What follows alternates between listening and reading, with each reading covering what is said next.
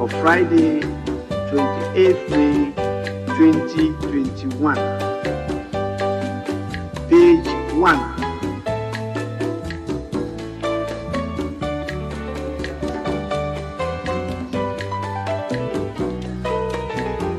Page 2.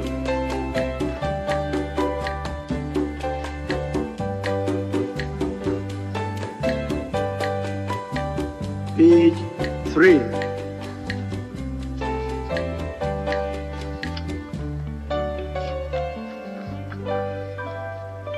Page 4.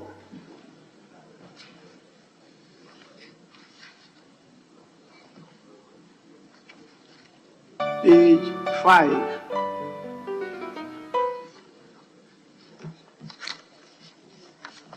Yes, Honorable Member. Yeah, Speaker, thank you. Page 5, item 154. Bismarck. Speaker, I was absent with permission, but my name has appeared as if I was in the chamber last Friday. We are grateful, Honorable Member. Thank you. Table office, kindly take note. Page 6.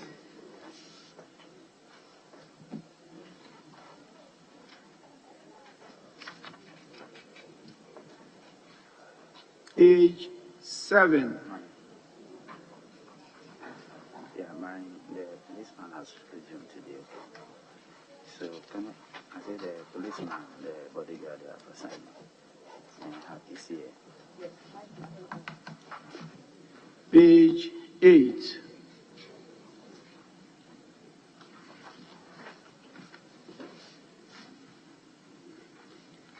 Page 9.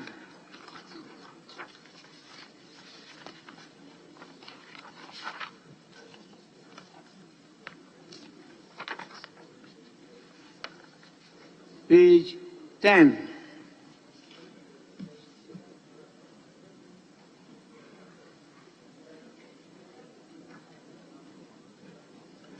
Page 11.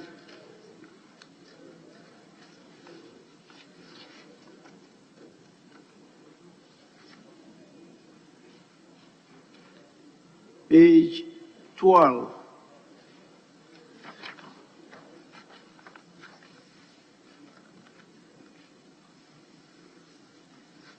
Page 13.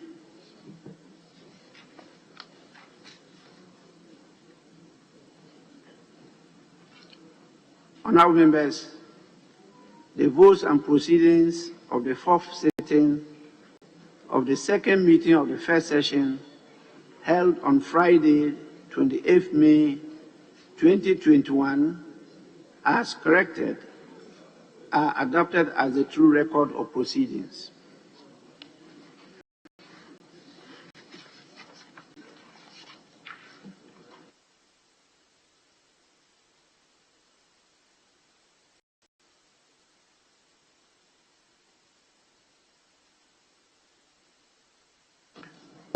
Item 4.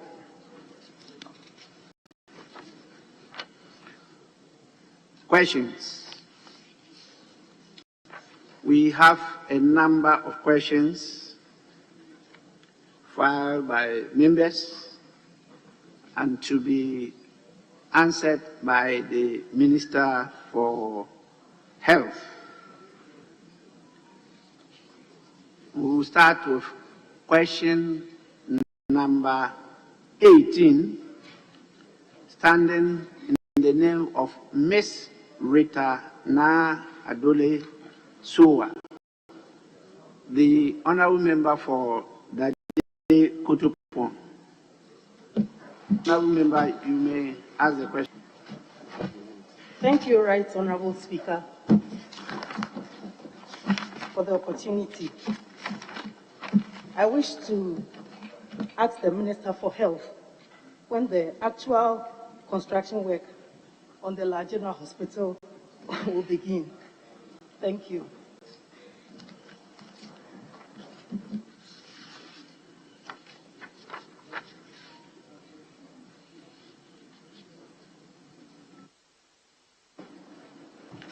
Thank you, Mr. Speaker. Mr. Speaker, there were answers to the question that was published in the order paper for today, but we later on updated the answers, and therefore we ended up in getting an addendum on the order paper. So that is what the updated answers are captured. Mr. Speaker, as you're already aware, the General Hospital project is a turnkey one. Some aspects of the project, such as demolition, fencing, topographical surveying, design, and other plenary activities, have commenced already. Mr. Speaker, the project has indeed delayed due to the following challenges. One, following the approval of the financial agreement and the commercial contract by both Cabinet and Parliament, the guarantor signed ashore to cover the project to close the transaction. Signed ashore delayed in the issuance of the insurance cover, which has accounted for the contractor's slow progress of work. However, the Ministry of Finance has made the necessary engagements and consultations, and it's expected that the insurance cover will be issued soon for the contractor to improve the pace of work. The second reason for the challenges for the delay, the fact that due to the condition of the land, it was critical to do an intrusive geological exploration to help determine the depth of the foundation and the sizes of the structural members for the facility. This was critical to avoid any structural problems which resulted and led to its demolition. Mr. Speaker, the varying waves of COVID-19 in various jurisdictions in Europe and China have also contributed to the delays. The comforting news is that once the physical construction starts with all the right drawings and studies that are currently ongoing, there will be no breaks until completion. Mr. Speaker, I will update the House on any further developments on the project. Thank you, Mr. Speaker.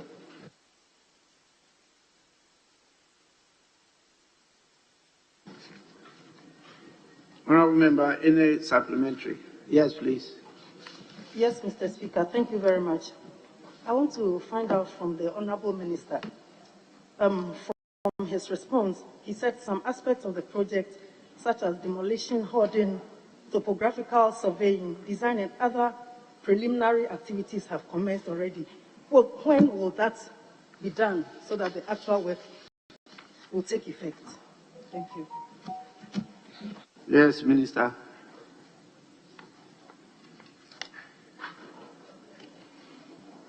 Indulgence to ask my colleague to repeat the supplementary question. I wanted to know when the demolition, fencing, topographical surveying, design, and other preliminary activities will be completed so that the actual constructional work will commence. Mr. Speaker, already been done. What is delaying a little bit in that area is the topographical surveying that is ongoing. They decided to do this after the demolition of the building. And when they saw the texture of the soil, they thought that they should do further works to ascertain the aggregates of what type of pillars and things they should put in there. That is why they are still doing some aspects of the construction. Thank you, Mr. Speaker. Yes. Thank you, Right Honourable Speaker. If I may recall, in August 2020, His Excellency the President cut sword for the commencement of the General Hospital. And as we speak now, the Minister is telling us they have to do critical, instructive geological exploration to help determine the depth of the foundation. So does it mean that they haven't done all that and allowed His Excellency to come to Ladade Kotopon to cut sword and promised us that in 2 years the project will be completed. August 2020. Honorable member, the question. Yeah, the question is, didn't they do all that he's talking about, the geological exploration, to determine the depth of the foundation? I want to find out if they haven't done that already, before the president came to cut the sword. Well, Minister, yes.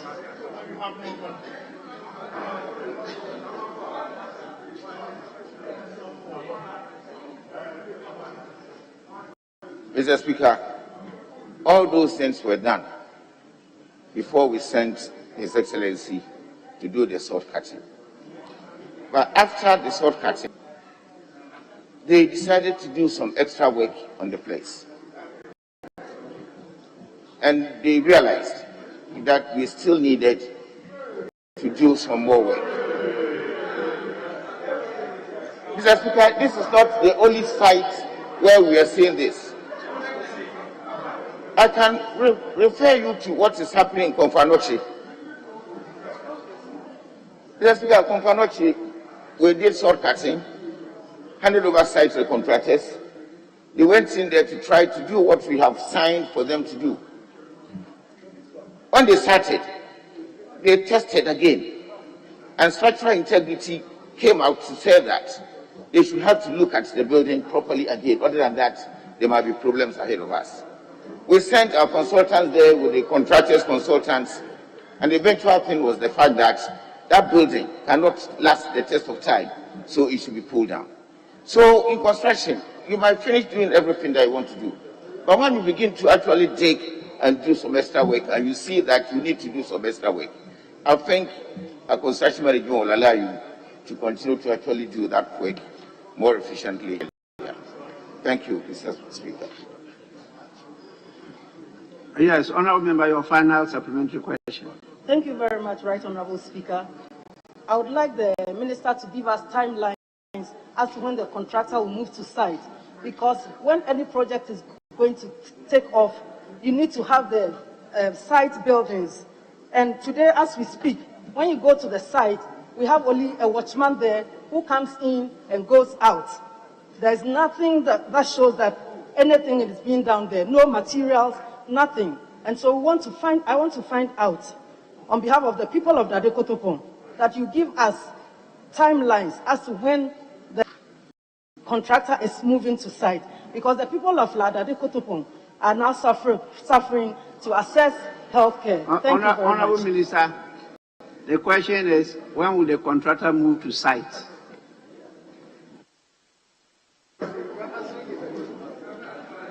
Mr. Speaker, the little problem we have in the ministry is the fact that the contractor is insisting that not until Sandosho issues the insurance cover, they cannot move to site. And therefore, Finance Ministry has been informed, they are engaging, and the indication is that that problem will soon be resolved. And since the ministry does not control that activity, it will be difficult for me to give a very specific point in time. All I can say is that it will be very soon. Very soon.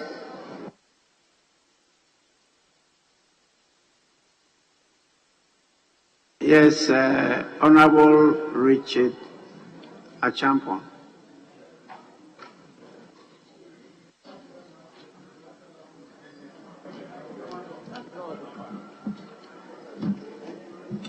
Mr. Speaker, in the answer provided by the Minister, the last part of the first point, it says, the Ministry of Finance has made the necessary engagements and the consultations stated that the issuance cover will be issued soon for the contractor to improve the pace of work. Can the Minister give us the assurance and timelines when the contractor will move to site? Are you repeat contractor will go to site? That has already been Mr. Speaker, answered. I use the word soon. How soon is soon? Because we want to hold the minister responsible for his words. So the minister can give life. Because he have had some engagement with the contractor. We are not privy to those engagements. So he can actually surprise the House, the kind of conversation he has had with the contractor, so that we'll be rest assured that within a month or two, the contractor will move to Actually, sell. your question should have been that the statement that you referred to shows that the contractor is on site. He only wants the signature through the Minister of Finance after consultation to make sure the insurance cover is executed. Then the contractor will improve the pace of work, which show that the contractor is already at site. Mr. Speaker, then I repeat the question you asked on my behalf. No, not the question as you know. Yes, but if the minister wants to throw any clarity on it, you are at liberty to do so.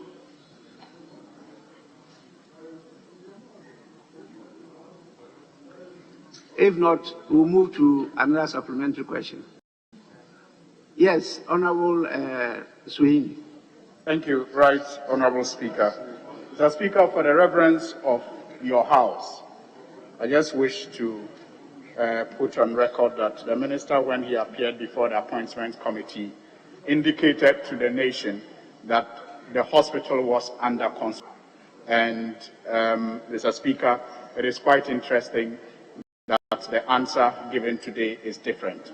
But my question, supplementary, relates to the second part of the answer that says, due to the condition of the land, it was critical to do an intrusive geological exploration to help determine the depth of the foundation and the sizes of the structural members for the facility. Mr. Speaker, the facility, we're told, was estimated to cost $63 million at the time that the sod was cut. With these new works that are supposed to be done, can the minister confirm to this House that the cost for the facility will not change? The cost as approved by this House will not change. Thank you. Yes, Minister.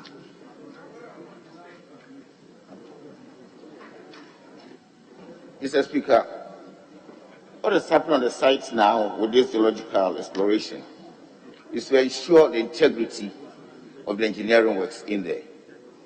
It will be difficult for me to predict in time, within the full completion of the project, to estimate and say that there will be no change in the cost.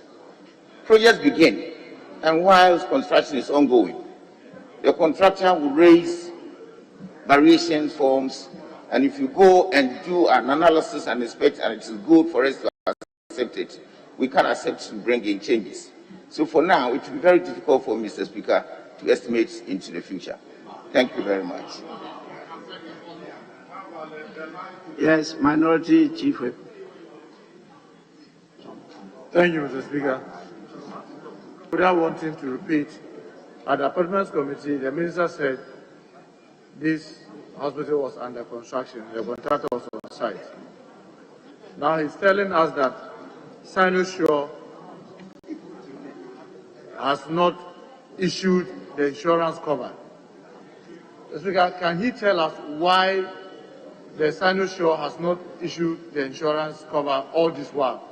What is preventing them from issuing the insurance cover all this while for over a year now?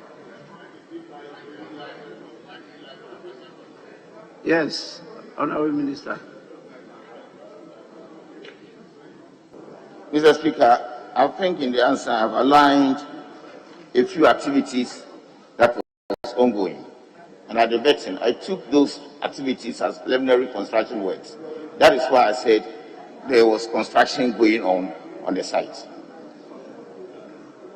Now, when it comes to the Sinosure rationale behind why they haven't actually signed, I've said that Finance is actually engaging with Sandwich.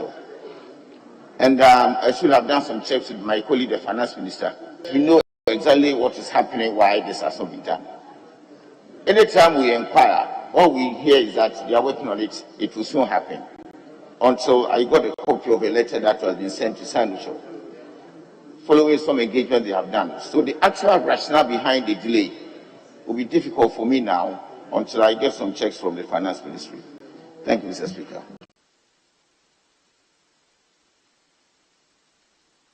Honorable Ni Lante Van der Poel. Right, Honorable Speaker, sitting and listening to the minister, I'm a bit baffled. I want to ask, knowing Ladadekotopon very well, the population, lack of health facilities, if they were not ready, why did they demolish the existing structures? When there's so much land behind the trade fair, why didn't they look for alternative place and let this hospital continue to offer service to the people, but went and demolished everything and now putting the lives of the people at risk? Because you are not ready. Why do you go ahead and demolish? That's the question. Yes, Honorable Minister. Mr. Speaker, we wanted to avoid the likely unforeseen challenges we might have faced if the building had come down itself. I visited that place on 2 different occasions. Earlier when I joined the ministry, there was some to report recommending that the place to be demolished. They didn't even add that we should get an alternate facility before we even demolish. They were recommending demolition to save lives. I went there to see the place. We sent in some other consultants. And if you had gone to see what it was like, people sitting in the building and some parts of the walls of the upper floors falling down on them with exposed iron rods that were rotting inside the concrete cement that was used to do the building. So we had to. We didn't have options. But we made arrangements that people in the area can visit Lekma and Rage hospitals. We did engagement with the community and they agreed. So some staff that were sitting in that facility were actually added on to Lekma and Rage because we're expecting that attendance in these 2 facilities, demolition, will increase. That is the arrangements that we actually made to make sure that this will be there. But let me be very honest with you, Mr. Speaker. We never anticipated that this delay will be this much. That is what has caused us this problem. I believe soon, when this thing is done, the Sandwich Show, that's the thing, work will continue. We'll start and finish without stoppages in custody period. Thank you, Mr. Speaker. Yes, Honorable Member. Thank you, Mr. Speaker. Mr. Speaker, I want to find out from the minister, in the face of all the challenges that they are facing with this particular hospital, would he consider speeding up the process to open the Bank of Ghana hospital that is also in the same Ladekotopong area to serve the people there? Thank you. Actually, it's a different question altogether, but if the minister is minded. Mr. Speaker, I even wanted my colleague to, he's even my brother, to repeat the question, sir. His question is that the Bank of Ghana Hospital, which is also located in the vicinity, the same area, that's the term he used, should be opened to serve the people. We wanted to know why it's not being opened. Mr. Speaker, the Bank of Ghana facility is not under the Ministry of Health. So I wouldn't be able to answer why that place has not been opened. I'm only hearing that they are trying to bring management and all that. And that's why I said it's a different question together. But if you are minded to answer, and Please, supplementary questions. It's only the person who asked the question who has 3 supplementary questions. The others, you are entitled to 1. I know you've not yet asked, but you are insisting, so I'll give you the opportunity. Honorable Eric Obuku. Thank you very much, Mr. Speaker. Mr. Speaker, I would like to ask the Honorable Minister whether the facility approved by Parliament for this particular project has been assessed by Government of Ghana as we are speaking now. The money, the 68 million euros that we approved here for that particular project, whether that money has been assessed by Government of Ghana as we are talking now. Hello, Minister.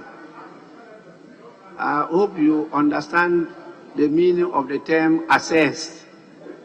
So, answer. Mr. Speaker, with your indulgence, I want to ask my colleague what he means by assess. Honorable Minister, you can't ask a question. You have to answer a question. You can only say that he could repeat the question or clarify his question, but you can't ask him a question. Okay.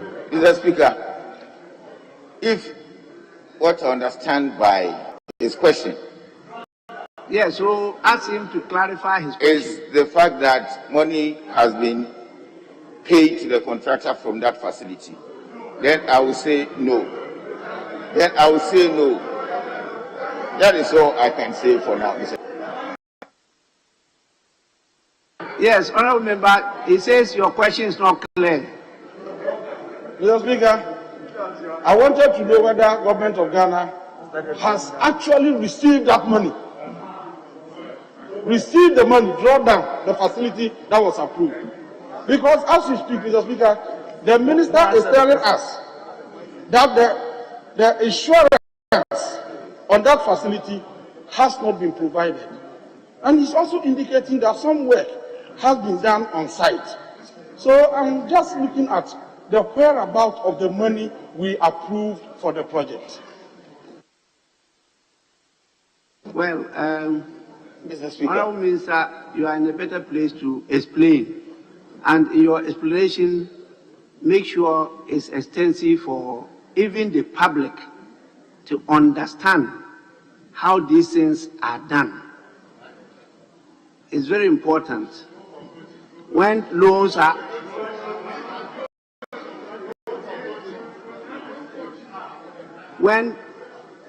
honorable members, he's the majority leader. It's part of his functions. I was majority leader before, and so I understand that one. Yes, so try and clarify it for the understanding of not only members, but the whole country. Mr. Speaker, I think I've said. In this matter, is majority leader, leader of government business, and he's leading government business in Parliament. Yes, please, go on.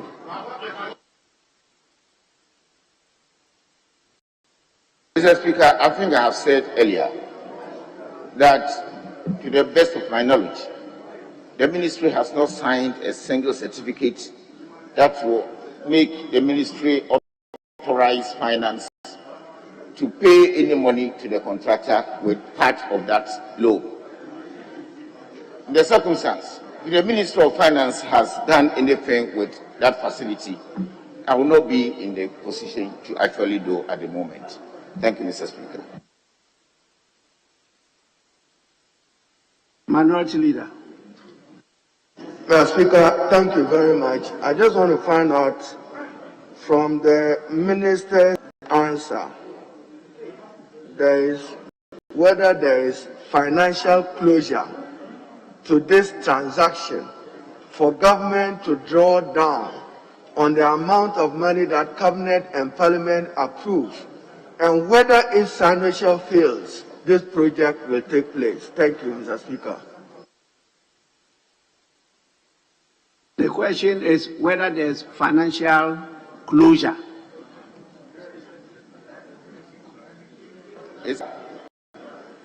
I would say no, from my understanding.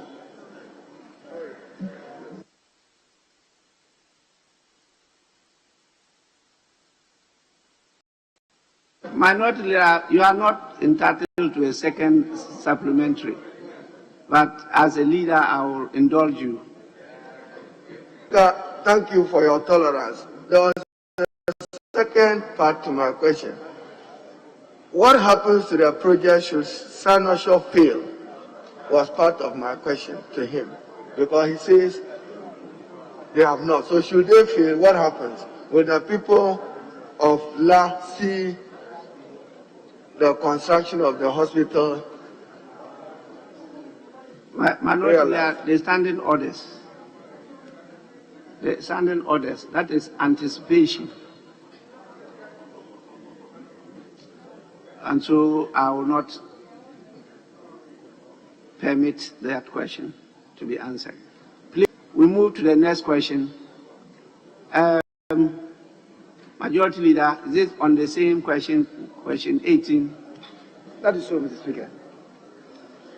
Mr. Speaker, it has to do with the demolition exercise that a colleague asked. I wanted to know to inquire from the minister if he's aware that demolition of the structure in situ, when it's accomplished, one requires for the soil where the demolition has taken place to get set and cure itself before actual construction could begin. I want to ask the minister if he's aware of that. And the Speaker, By asking the minister. yes, but a question was asked, why has the demolition been done?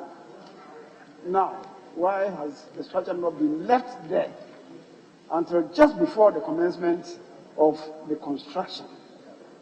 And I'm asking the minister I'm inquiring from the minister if he's aware that if demolition is done, some space is required to allow the soil to set and cure itself before actual construction begins.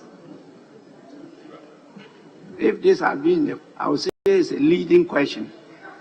But since it's Parliament, the minister, you are permitted to answer.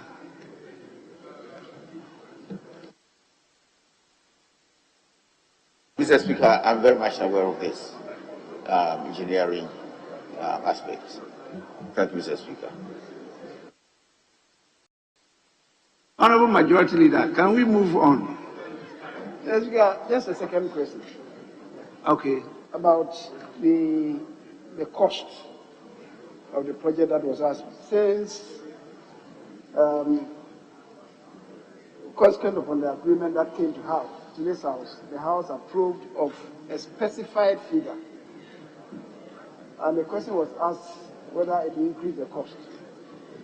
I want to ask the minister if he's aware that the cost of the construction includes contingencies, and that if the re-evaluation exceeds the contingency provided for in the cost, the agreement may have to come back to Parliament. If the minister is aware of that. Minister. Mr. Speaker, I'm very much aware. With this, we move on to the next question. Question number 19 stands in the name of Mohammed Sukwaru, the Honourable Member of Parliament for Sisala West. Honourable Member, you may ask your question now. Thank you, Right Honourable Speaker. When the Gulu District Hospital will commence?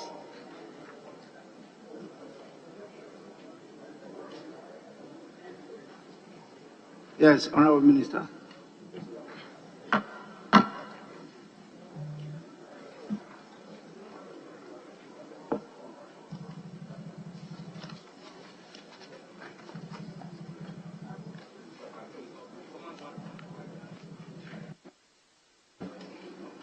Thank you, Mr. Speaker. Mr. Speaker, the Sisala West District whose capital is Gulu, has been listed under the district hospitals promised by His Excellency the President, termed Agenda 111. The following preliminary issues has to be resolved before the construction of these hospitals can commence: land acquisition, architectural engineering designs and specifications, procurement of contractors, award of contractors, site selection resolution, petitions from some community. Site selection for 101 sites have been, and they will soon be handed over to the contractors. All things being equal, Mr. Speaker, contractors will commence work by the end of July. Thank you, Mr. Speaker. Yes, Honourable Member, supplementary question. Thank you, Right Honourable Speaker. He made mention 101 sites have been completed and they will soon be handed to the contractors. I want to find out, does that include the Gulu District Hospital? I mean, the 101 sites that have been completed. Honourable Minister. Mr. Speaker, that is so. Any further supplementary question? Yes, Honourable Member. Thank you, Right Honourable Speaker. He made mention of partition from some communities on possible relocations. I have been receiving pressure from communities from Sisala West. I want to find out from the Honourable Minister if he may assist me with some of the communities that petition for possible relocation, so that I can also help for amicable solutions, so that we can fasten things for the contractors to move to the site. Thank you. Well, Honourable Minister. Mr. Speaker, I may need to do some further checks before I can come back to my colleague. This can be done on the sidelines, corridors of Parliament later, not today anyway. Thank you, Mr. Speaker. Honourable Member, you may discuss these things with the Minister, but the issue of petition from some communities on possible relocation is talking about relocation of the proposed district hospital. And once a site has already been identified and is among the 101, then the issue of relocation has already been surpassed. It hasn't come in again. If you want additional facilities for other communities, that you can discuss with the Minister later on. But if you have any further supplementary question, you may do so now.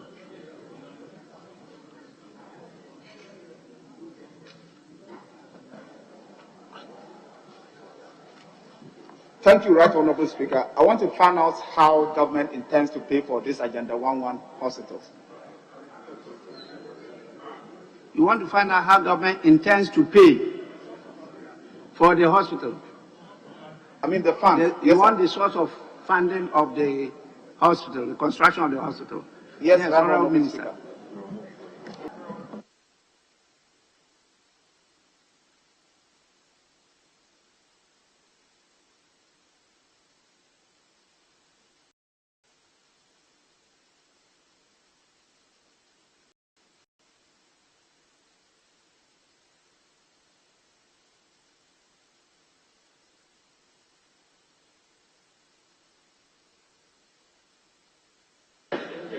Honourable, any point of order? Mr. Speaker, we are on questions, and if I may refer you to Standing Order 69. As soon as a question is asked, a question is answered in the House, any member beginning, that's for supplementary question, that relates to the question you asked. You want to know whether government has secured funding for the Agenda 1111 project. I think it's an entirely different, which is unrelated to your question. That is my question.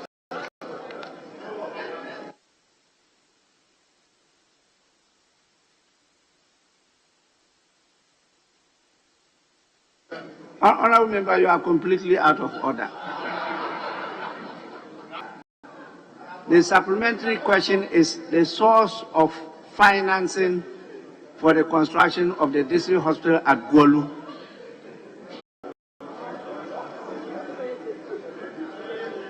Mr. Speaker, there were some budgetary allocations made for these hospitals in the recently read budget that has been approved by the House. My information is the fact that Minister of Finance has got some funding to start giving mobilization to enable the projects to commence. Thank you, Mr. Speaker. Honourable Member, the answer is that you can find it in the budget statement. So, supplementary question. Thank you, Mr. Speaker. A supplementary question. In the minister's response, he stated that petitions from some communities on possible relocation. Petition from some communities on possible relocation. And when you go down, it says that out of the 101 sites that have been selected and agreed upon, Golu Hospital is part of it. Are we ignoring the petition from the communities? Because I'm quite confused. There are petitions, and you are saying that the 101 that are conclusive, Golu is still part of it. Thank you, Mr. Speaker.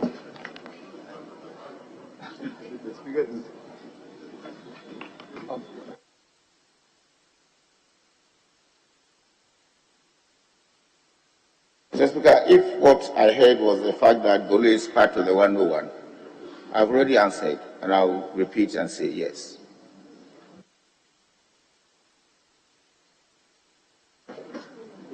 Mr. Speaker, I think that if I'm permitted, he didn't answer my question. Yes. In your answer, you are saying that petitions from some communities on possible relocation of this particular site. Relocation. And you've gone further to say that the 101 that are conclusive, Golu is part of it. What happened to the petitions? Thank you, Mr. Speaker. Well, Honourable Member, there's no linkage. There's no statement that in the case of Golu, there were petitions. There's nothing to show that there were petitions in the case of Golu. Those petitions have to resolve first. Even if they were, there's no statement that those petitions have not been resolved. I expected the questioner to have raised those as supplementary questions earlier on. They did not come. So if you want to raise, then you can raise them now. But the foundation for your supplementary question seems not to exist. You have to lay the foundation first. So I will not permit the supplementary question. Any further supplementary question?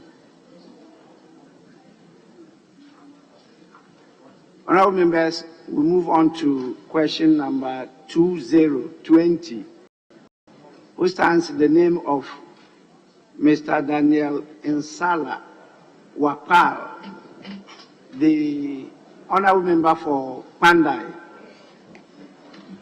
Yes, honourable member. Thank you, Mr. Speaker, to ask the Minister of Health,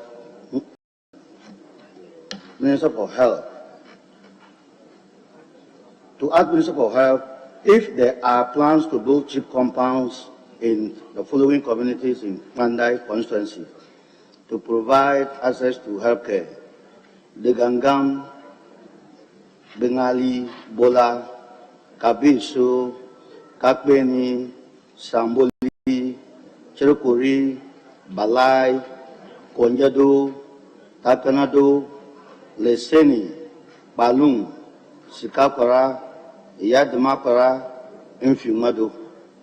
Thank you. Yes, Honourable Minister.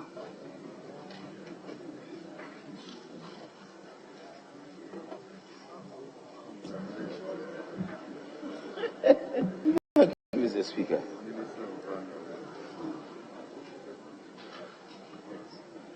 Mr. Speaker, I wish to intimate that currently the areas listed in the question have not been captured in our 2021 plans and budget for any construction of CHIPS compounds.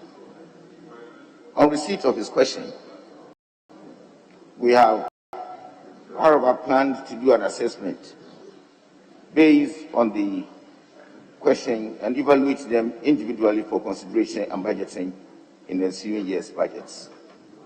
Mr. Speaker, our ability, however, to implement this will be dependent on the quantum of budgetary allocation to the ministry in subsequent years. Thank you, Mr. Speaker.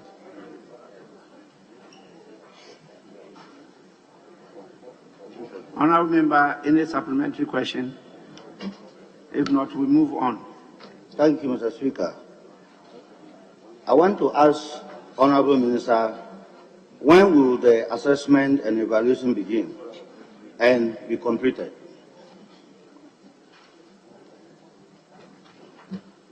Yes, Honourable Minister.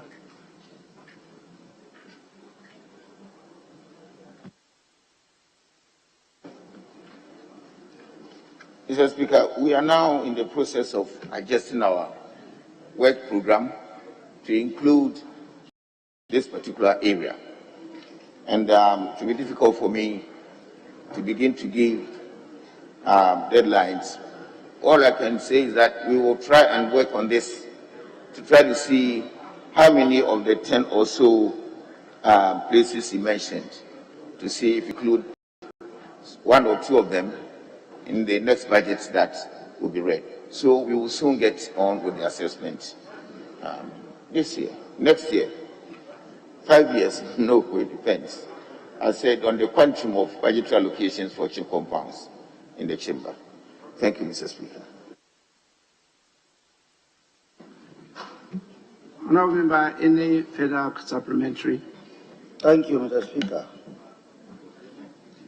Any assurance that government can at least initiate one of the chip projects highlighted here? Honourable Member, there is no such information come from the Minister for you to ask for an assurance. There is now that the Ministry is going to work on the work plan, do assessments and come. And now you are already asking for assurance.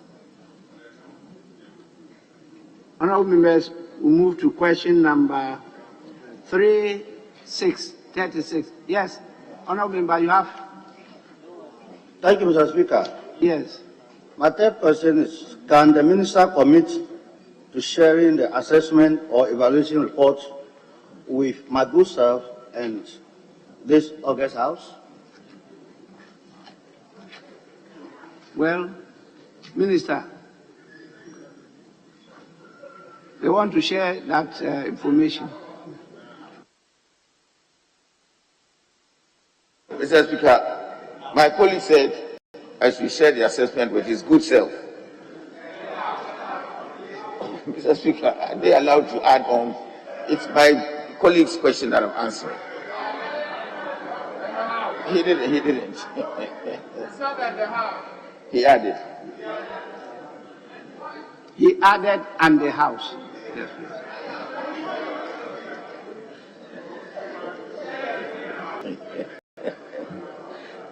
Mr. Speaker, since my colleagues are very interested in sharing, I will share the assessment. Thank you, Mr. Speaker.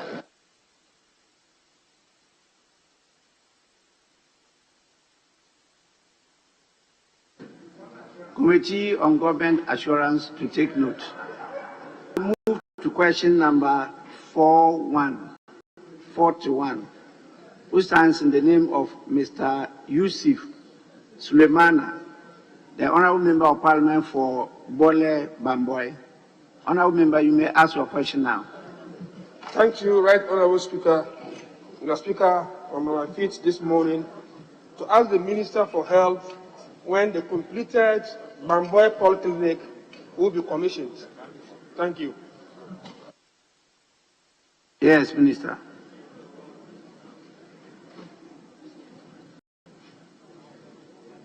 Thank you, Mr. Speaker. Mr. Speaker, the clinic at Mamboy is practically complete, and the technical team is currently undertaking testing and commissioning process. Beyond this, staff allocated for these facilities are being trained. We hope to operationalize the Mamboy Polyclinic by the end of July, when this training will have been completed. Thank you, Mr. Speaker. Any supplementary? Yes, Honourable Member. Mr. Speaker, I want to find out from the Minister whether he is aware that there is no water facility at the hospital, and whether or not the provision of water is part of the scope of the project. Thank you. Honourable Minister.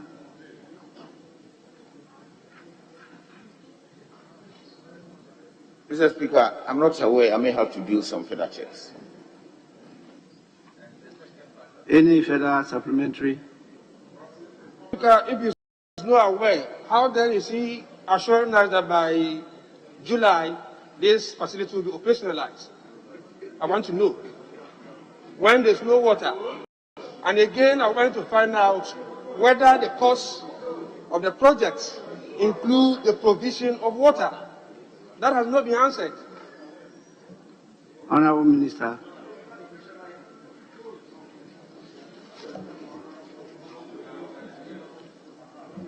Mr. Speaker, we try to include water provision in most of the facilities that we put up, based on the extent of water in the area where we are putting the facility. We have done several projects, and specifically now, I can't remember offhand what is the situation in Bamboy. I may have to liaise with my colleague in water and have to do my further checks on the contract engagement to be able to ascertain this fact. What I know is that fact that this is completed, training is ongoing, they are doing the commissioning processes and things like that. And my estimation of July ending is the most efficient date that I can give for this place to be operationalized. Thank you, Mr. Speaker. Yes, final. Mr. Speaker, I want to plead with you. This shouldn't be part of my supplementary questions, as in the case of the 3 questions that I'm entitled to. My question is the provision of water part of the scope of the projects? That has not been answered. Yes, Honourable Minister. I've said that generally that to do, but I want to check specifically what is the water situation on the facility. But generally, when we are doing some of these things, we take that into consideration. So I may need to check with the utilities and find out what is actually there. Look at my last one, and I'm taking it from the last. Honourable Member, you have exhausted your supplementary questions.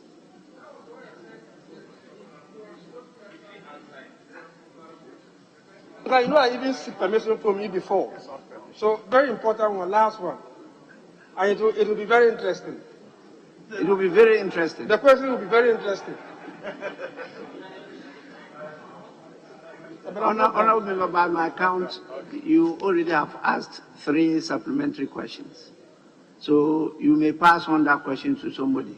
But I recognize Honourable Neil Antevandapoy. Right, Honourable Speaker, the Minister just said that is what we've been trying to do. Provision of water in a health facility, we've been trying to do.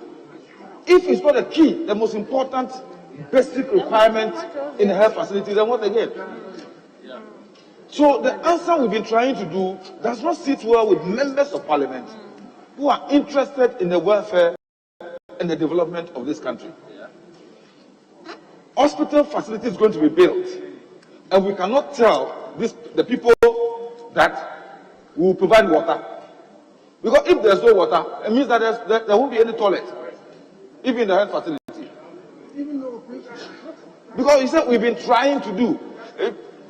The question is, can the minister be sure to tell us that in building these facilities, they also make provision For water. The minister said that one, he will check on this specific facility to see whether it has been included.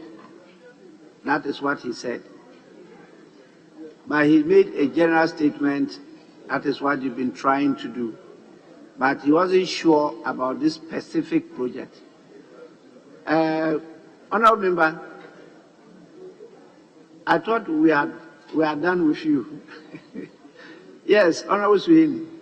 Thank you very much, Right Honorable Speaker. Mr. Speaker, in answer to the question, the Honorable Minister indicated that it is hoped that by the end of July, when training is done, these facilities will be operationalized. Mr. Speaker, in November 2020, and I'm surprised that the Deputy Chief Whip is not concerned about this. In November 2020, the Vice President commissioned a similar facility in Tolong. Up till today, 7 months on, it has also not been put to use. So my question is, Mr. Speaker, what assurance can the Minister give that when this Bamboy facility is finally commissioned, it will be operationalized, unlike the case of Tolong? Thank you.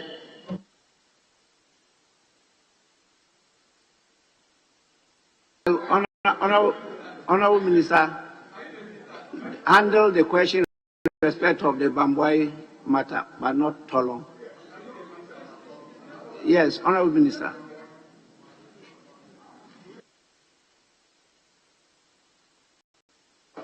Mr. Speaker, like you said, I'm truly not here to answer questions on Tolong. And all questions on Tolong, I may have to come back to do that. But I'm just concentrating myself on the Bamboy Polyclinic. Mr. Speaker, when we finish the exercises I have outlined here that we are undertaking, we will definitely operationalize the facility. Thank you, Mr. Speaker. Yes, Honorable Member for Sola Kalba. Thank you. The last sentence says that we hope to operationalize by the end of July. Mr. Speaker, is the end of July an assurance so that as a member on the Committee of Government Assurance, we will hold him by his words? Thank you. Honorable Member, Minister, they are looking for assurance. If you can really assure them that by the end of the July, which is just next month, it will be operationalized. Mr. Speaker, when you're doing work, you're building an element of uncertainties that can happen. So giving assurances of this nature in Parliament, Mr. Speaker, can be dangerous. And I don't want to face, Mr. Speaker, any longer. So I cannot add on anything to the answer that I've given. And I only hope and pray that I'll work hard to make it operationalized. But I cannot actually assure the chamber to the end of July. It may even start earlier, Mr. Speaker.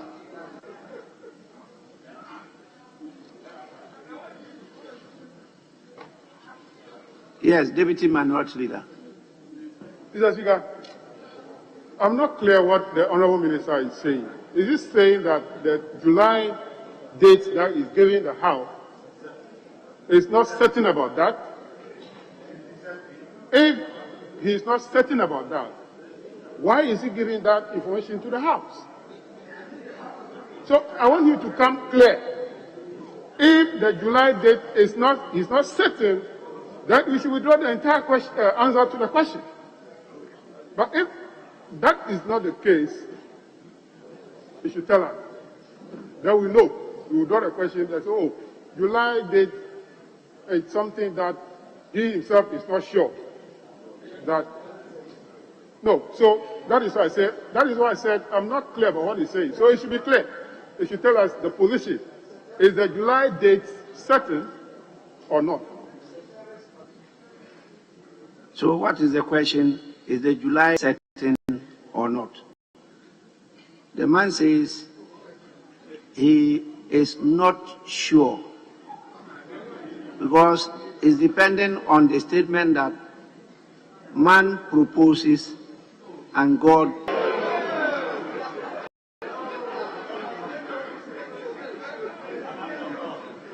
I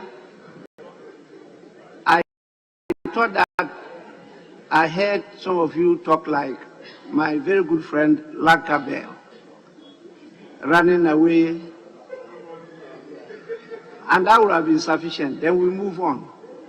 This one, you are compelling him to come and give an assurance that he is not sure about. I think I will sympathize with the minister. He is being truthful, he is being candid. He will not come and speak untruth to the House, and the next day he comes here apologizing. That's not good.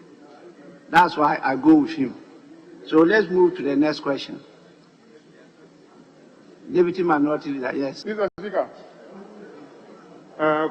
with all due respect, if the position of the minister is accepted, then we are creating an avenue for all ministers to come here and give us dates.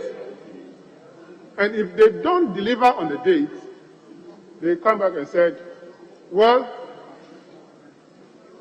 we could not deliver on the date because of A, B, C, D, and that. So, Mr. Speaker, let us not create an avenue for them to come and give any information at all to the House, which they know that that information they are giving is not certain. So, Mr. Speaker, I beg to differ that the You differ minister, from the position of the Speaker. I'm not challenging Mr. Speaker. I beg to differ. The minister should come and give a date, and then at the same time says that he is not certain about the date, which he did not even include in the question in the answer.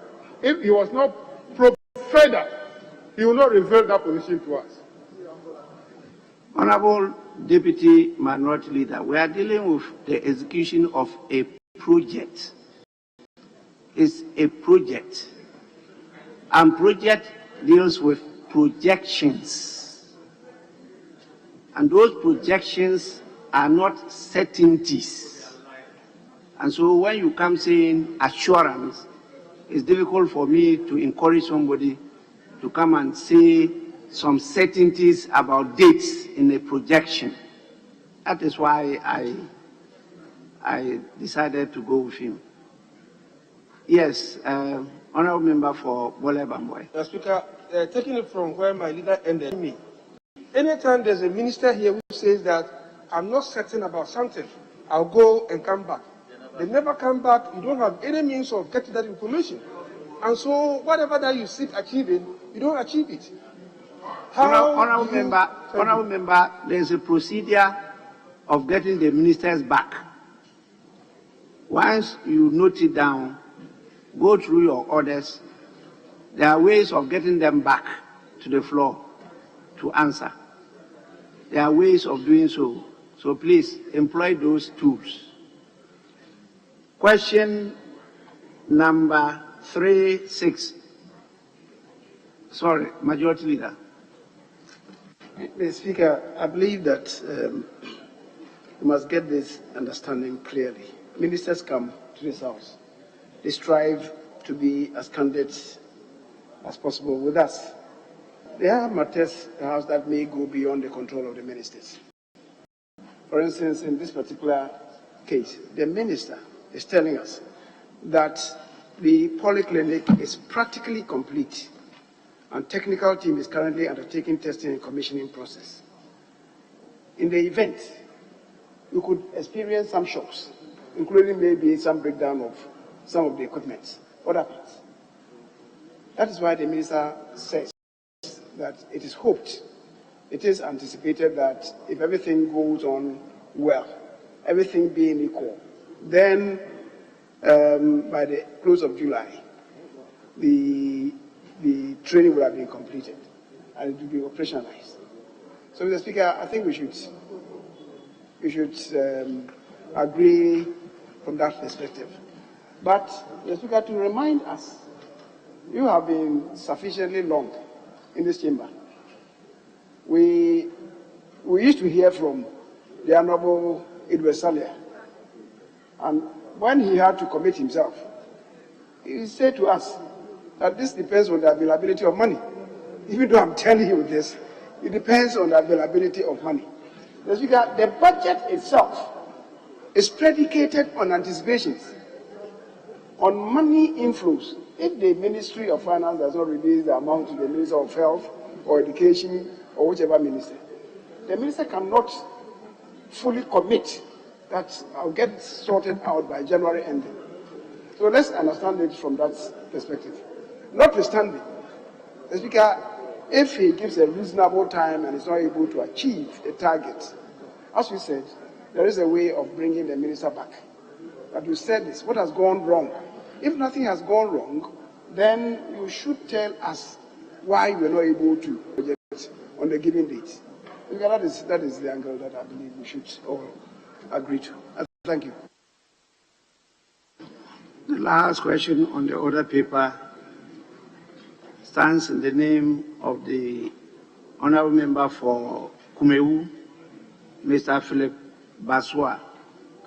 Honourable Member, you may ask your question now. Thank you, Right Honourable Speaker. Right Honourable Speaker, I want to ask the Minister for Health the status of the Kumewu District Hospital being constructed by MN Company. Yes, Honourable Minister. Thank you, Mr. Speaker. Mr. Speaker, as you are aware,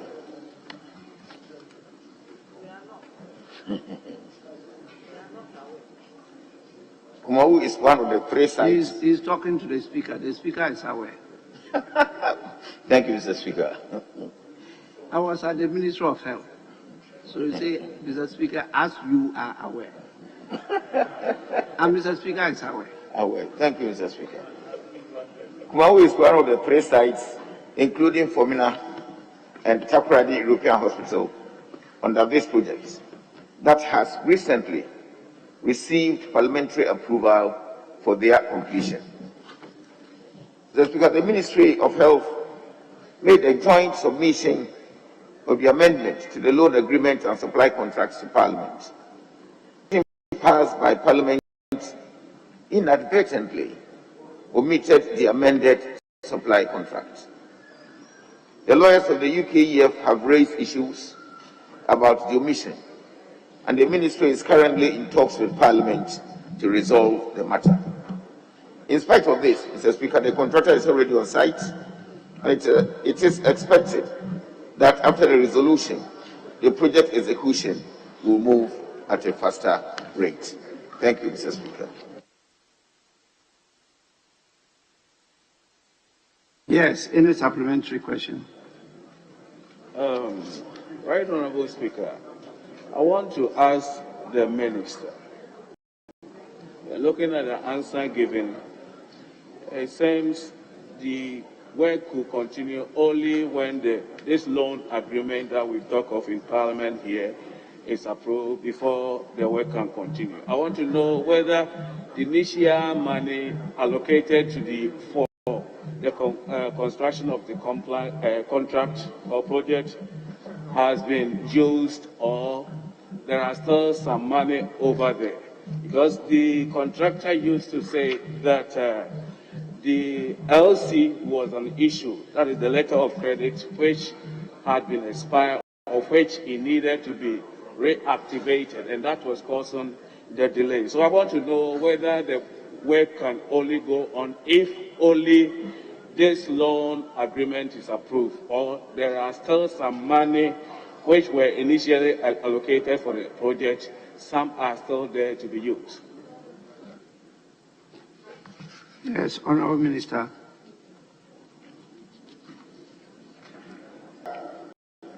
We have gone beyond where my colleague is trying to ask questions from. We have done the amendment to both the supply agreement and the loan agreement. And if it hadn't been this omission, the lawyers will have taken what Parliament has approved, and by now, the contractor will be able to assess some of the funds sitting in the account. So, Mr. Speaker, we are now working with the table office, and when this exercise is completed, the contractor can now assess funding, and then work will move at a faster rate. Thank you, Mr. Speaker. Any further supplementary question? Okay, Right Honourable Speaker, I want to find out from the Minister, because the expiration of letter of credit, the whole of last 4 years, because of that, nothing was done on the project. And with this new omission issue which has now risen, I want to know the effort which the ministry is putting in to ensure that the work will be done on time. Yes, Honourable Minister.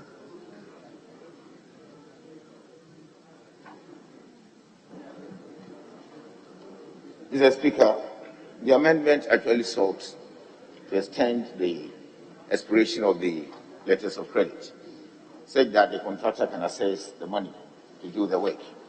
Immediately this challenge here is resolved, he can access funds and will continue to push the contractor to work as fast as he can to complete the project. Thank you, Mr. Speaker. Honourable members. Thank you, Right Honourable Speaker.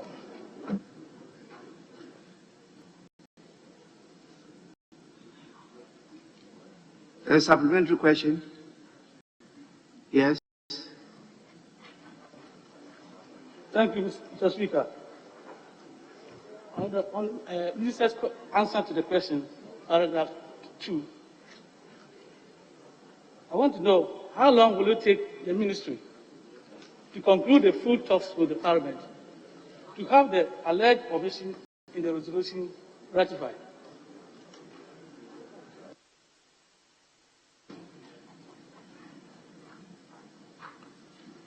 Honourable Minister.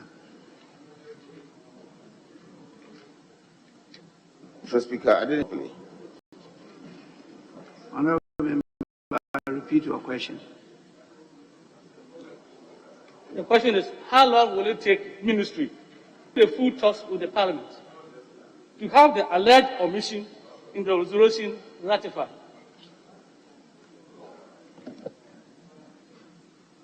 Yes, Minister. Mr. Speaker, I don't think where we are it will take any longer period now. But I've always tried to shy away from giving specific deadlines, especially on the floor of the chamber. On the sidelines, I may want to have a chat with you, but this is a House of Records, and I don't want to be held for things that I do not control. Thank you, Mr. Speaker. Well, the issue is not only in the hands of the Minister. The Minister is in discussion with Parliament to see how to resolve it. So Parliament also plays a role. Yes. Thank you, Mr. Speaker. Mr. Speaker, may I refer you to page 6, answer 36, paragraph 2, the second paragraph, line 3. The Minister says that the lawyers of the UKEF have raised issues about the omission and... Honourable Member, that's line 4. Line 4. Yes. Thank you, Mr. Speaker. The lawyers of the UKEF have raised issues about the omission, and the ministry is currently in talks with Parliament to resolve the matter. Mr. Speaker, what does it mean by the ministry is in talk with Parliament? Mr. Speaker, I sit on the committee, and I don't know whether it's at the leadership level, but I don't know anything about it. Yes.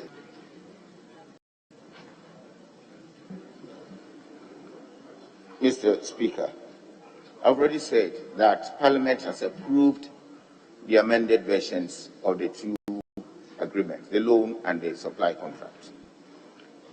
When I say that we're engaging with this, it's like communication, submitting the amended versions to the UKEF. That is where the lawyers saw that there was some little omission and this matter should be resolved. So apparently it is between the ministry and the table office to try to ensure, or Parliament, the clerk's office, to ensure that the necessary documentation is sent to the lawyers. Thank you, Mr. Speaker. Well, the communication between the ministry and Parliament, which will now have to pass through the Committee on Health for the omission to be discussed and accepted by the committee. A report will come back to the House. The House will then pass a resolution incorporating that omission. I think that is the process the ministry is talking about. With this, we've come to the end of question time, and I will, on behalf Second Deputy Speaker. Thank you, Mr. Speaker. Mr. Speaker, the Minister, in answering the question mentioned for me, I want to know whether, when he said the contractor is on site with respect to the Kumewu one, whether the contractor is also on site with respect to the Formula one.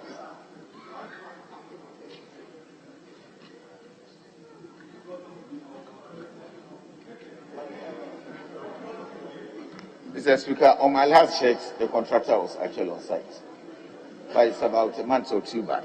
So I wouldn't be in a position to say whether as at yesterday or so.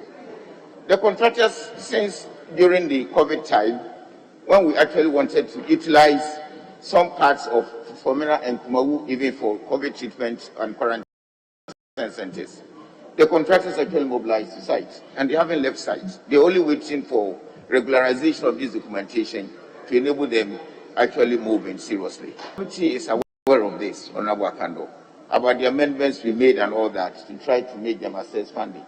So, Mr. Speaker, that is it. Honorable Speaker, they are on site.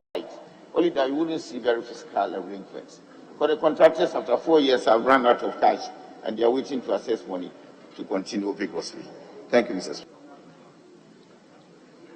Honorable members, we come to the end of question time, and I want, on your behalf and on my part, to thank the Minister for Health for attending upon the House to respond to questions.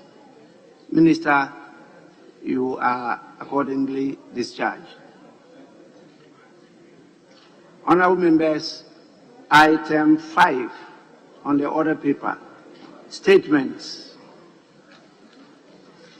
I have admitted 3 statements for today. These have been outstanding for some time, and since we have the Minister for Health, I want us to take those statements, 3 of them. The first statement that will get priority is the statement standing the name of Dr. Nana Ayew Afriye,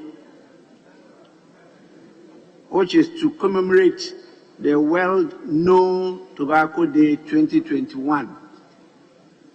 It should have been made yesterday, but the House did not sit yesterday.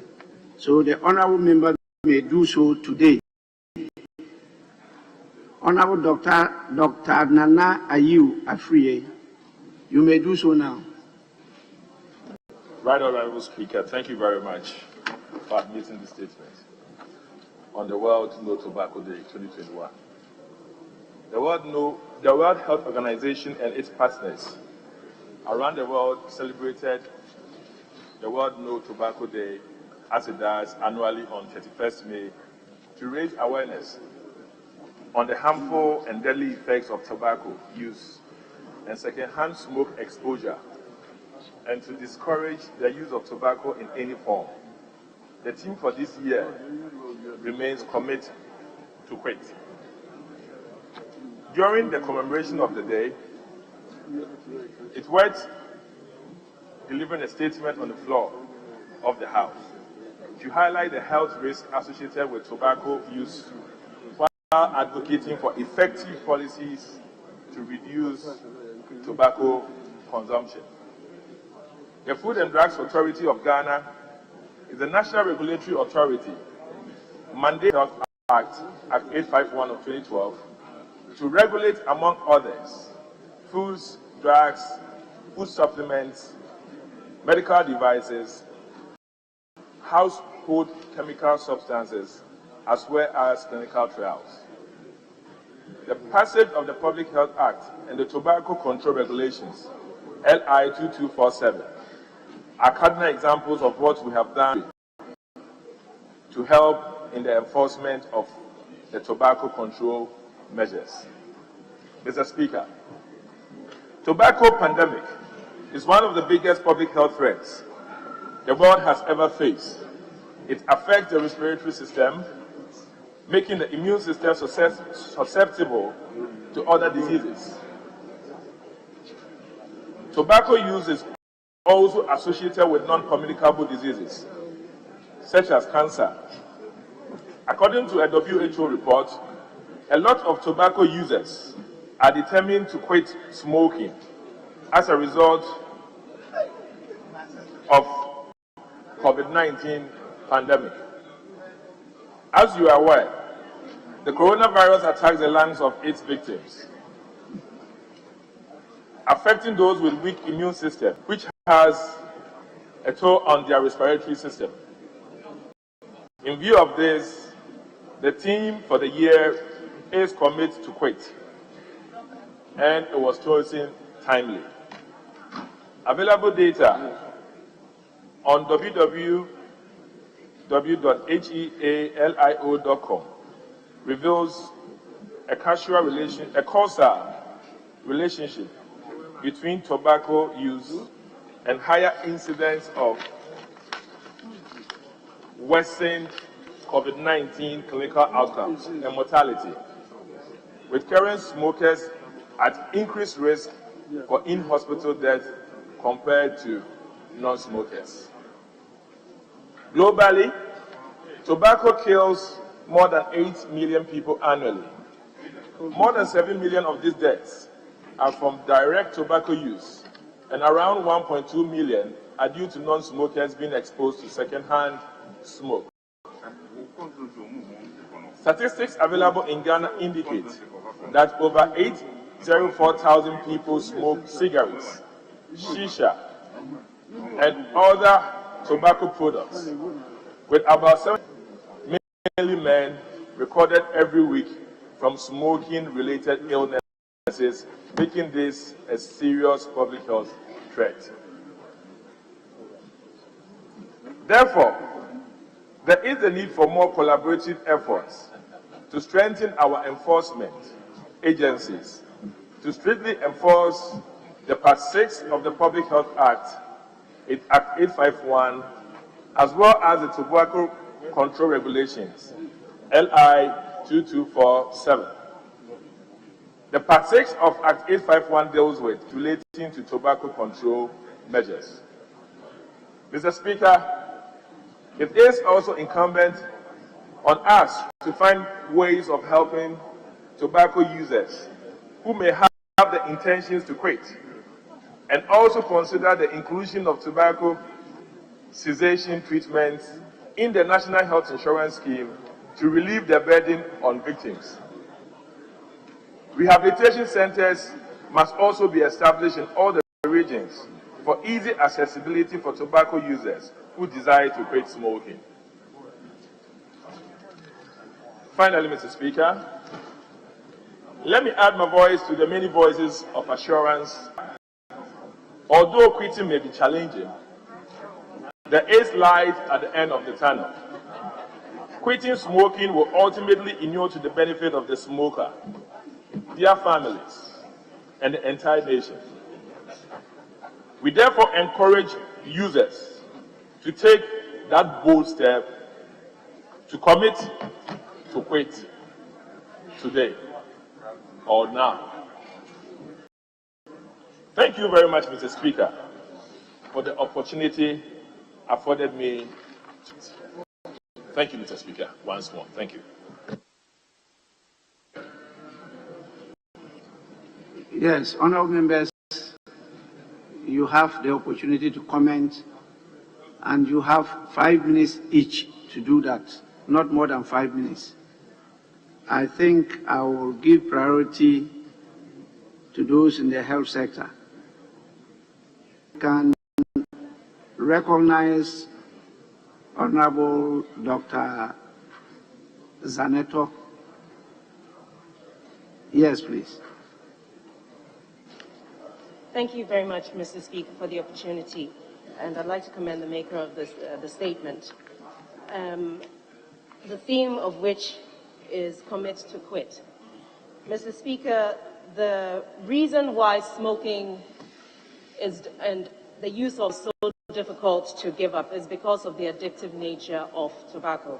The nicotine in it causes addiction, and therefore quitting is not as simple as legislation in place, but also incentives to encourage those who use the product to give up.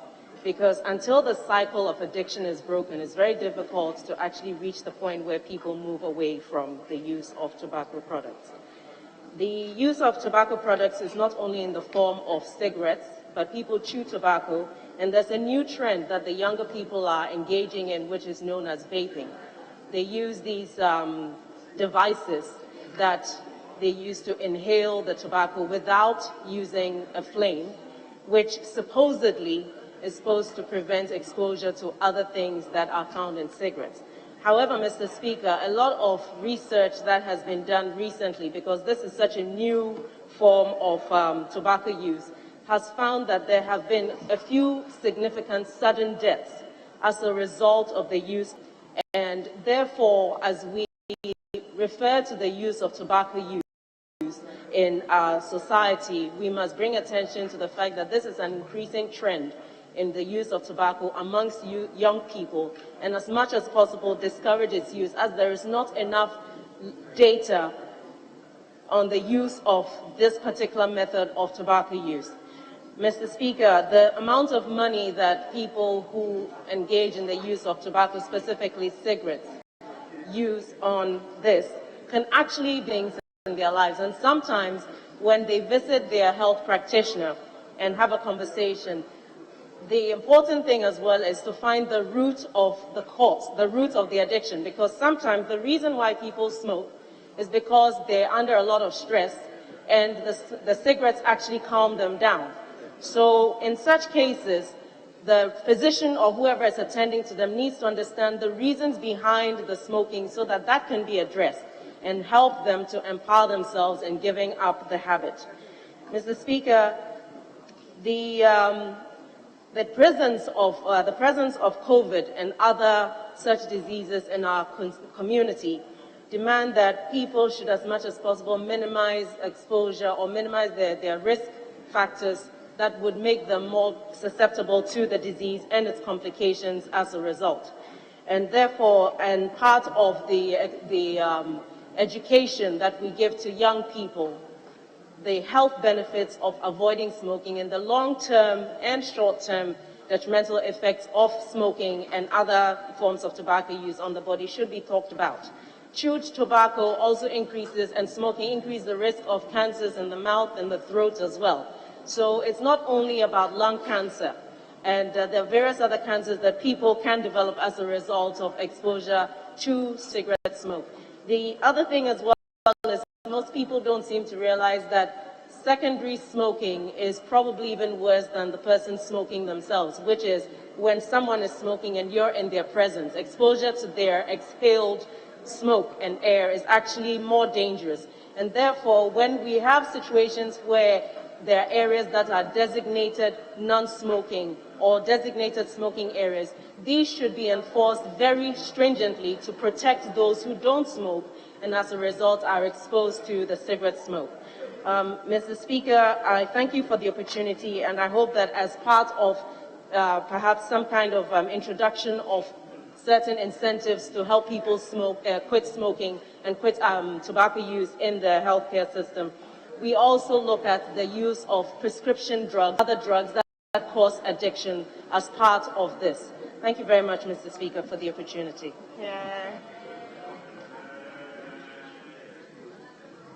Yes, Honorable Minister for Environment, Science technology, and innovation.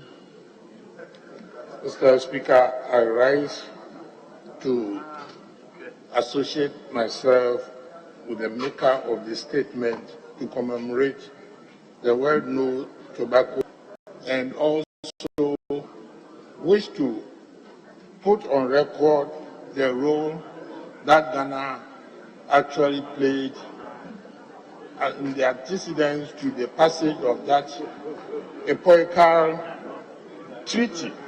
In fact, the treaty, the FCTC, Framework Convention on Tobacco Control, which was passed in the year 2003, was the first treaty that was among the nations that were under the WHO system. And that treaty was speedily, endorsed by some 181 countries, if my memory serves me right. At that time, yours truly was then the chairperson of the executive board of the World Health Assembly. And I remember in that session, it was chaired by the Honorable Dr. Shabalala of South Africa. And there was a huge celebration in the chamber of the World Health Assembly because we knew that we were up to a very epochal decision. Mr. Speaker, at that time, yours truly made a statement. I made a statement that those who smoke, we shall not criminalize them, but we shall make them outcasts. And it's come to pass. When you look at throughout the world, at airports, in hospitals, and so many public places, smokers have truly been outcast. Then for us to up our ante, because we have to move on to a new strategy towards almost banishing tobacco use. Because, as has been said already, the medical complications from tobacco control is very, very clear. The data supports it, and clinical medicine is awash with so many irreversible diseases that are attributed to tobacco control. Even in the social realm, the fiscal burden or the financial burden on the individual is not a small matter, Mr. Speaker. And then also, there's this problem of even nicotine addiction, who can serve as a pathway to other addictions. Suffice to say that tobacco use must be entirely, if not because of its social ramification, economic ramification, which was the end game. So for the meantime, I will propose that Ghana should consider that those areas that can be set aside for tobacco use, for example, when you go to airports, certain areas have been designated as smoking areas, and other public entities, those areas should be phased out, so that we put pressure on those who use tobacco to quit. I suspect that in this wise, we then confine those who use tobacco to use them in their homes. Mr. Speaker, from this strategy, I believe that the next strategy is to mount massive public health education and also apply social pressure so that we can see the virtual or statistical elimination of tobacco use. If we do that, we will have given everybody a new leash of life and saved humanity for its self-destructive behavior. With these few words, Mr. Speaker, I want to commend the maker of the statement. Thank you very much, Mr. Speaker.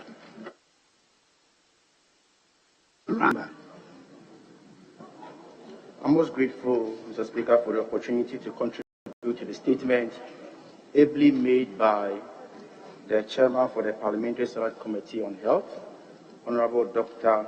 Ayu Afriyi. Mr. Speaker, cigarette smoke contains more than 7,000 harmful chemicals. which are very harmful and can affect almost every organ in the human body. Mr. Speaker, as has already been indicated in the statement, globally, about 8 million people die yearly as a result of smoking. Mr. Speaker, the danger is, if you come home, Ghana, about 75 people die weekly as a result of smoking. Mr. Speaker, there is another erroneous impression that has in the media or in the system that smoking shisha is less harmful as compared to smoking cigarette. Mr. Speaker, in fact, according to experts, it is rather the shisha smoking which is more harmful than the smoking of the cigarette. Mr. Speaker, you realize that these days, and per the report from FDA, the smoking of shisha is sharply increasing. Mr. Speaker, according to FDA, about 8.1% of boys are smoking. Sorry, 8.8, and then 8.1% of girls are smoking.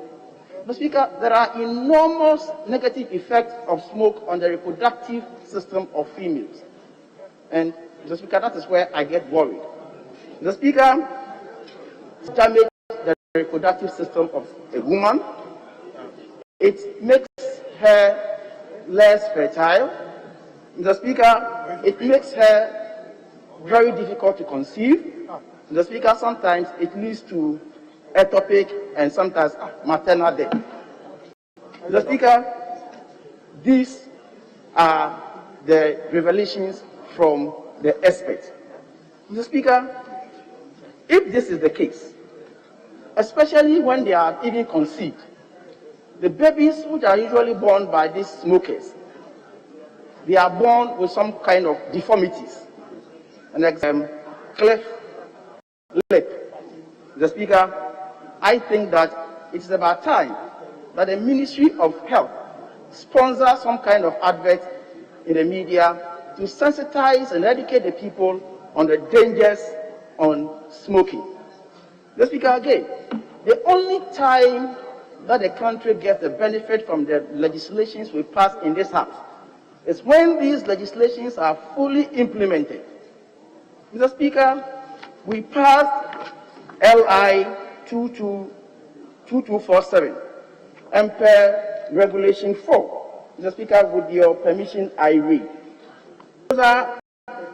Display of no smoking signs. 1. The owner or a person in charge of a public place or workplace seriously display, and I quote, no smoking sign in areas of the premises where smoking is prohibited. Mr. Speaker, we hardly see these signs around. Mr. Speaker, if I look around Parliament, Mr. Speaker, if I look around, I'm struggling to recall where I saw one. And therefore, these are the regulations that we must, as a matter of urgency, try to implement in order to be successful in the fight against tobacco.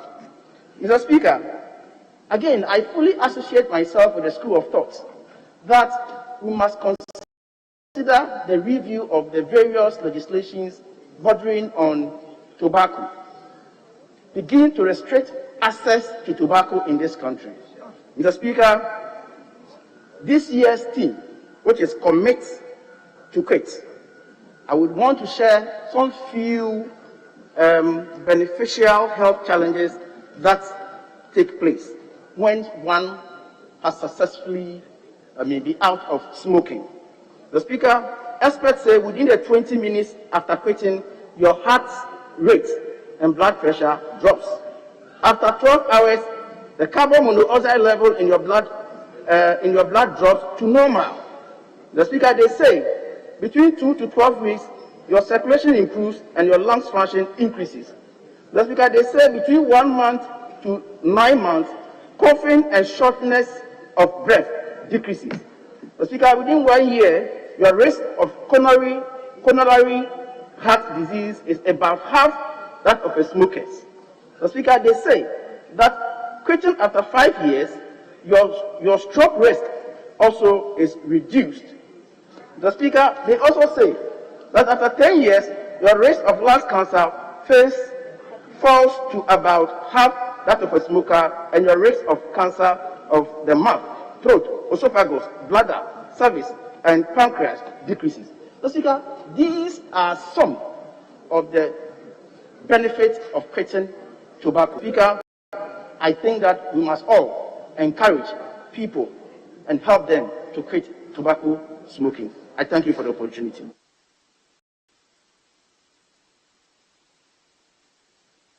Yes, Honorable Ofosu Ajari.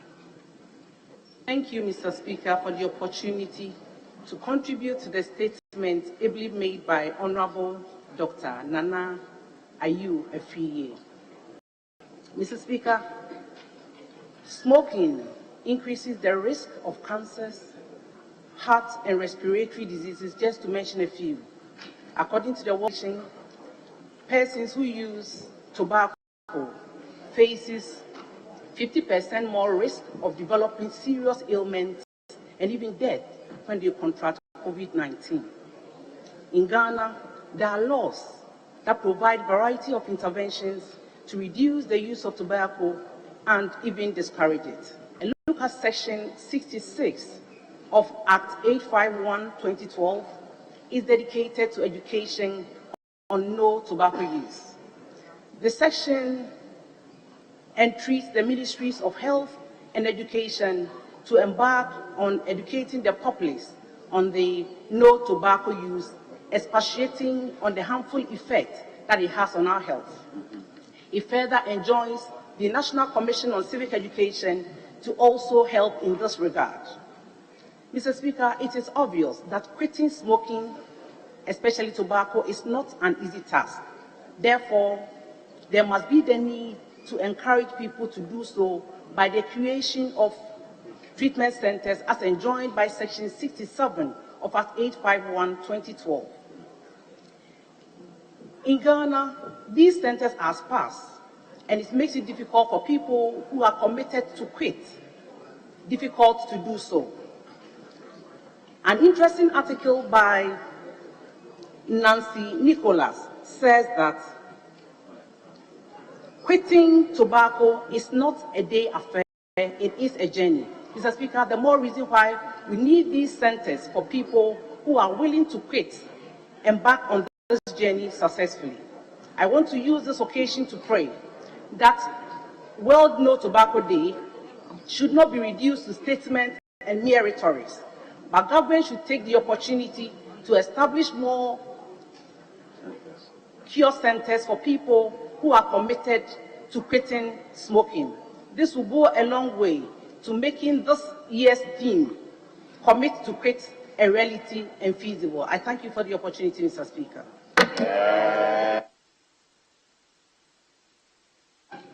Yes.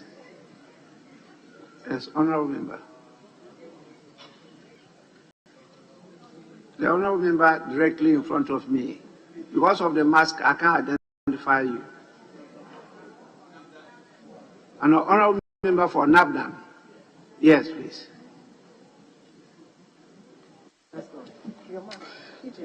My voice doesn't go far. So you're exposing your voice.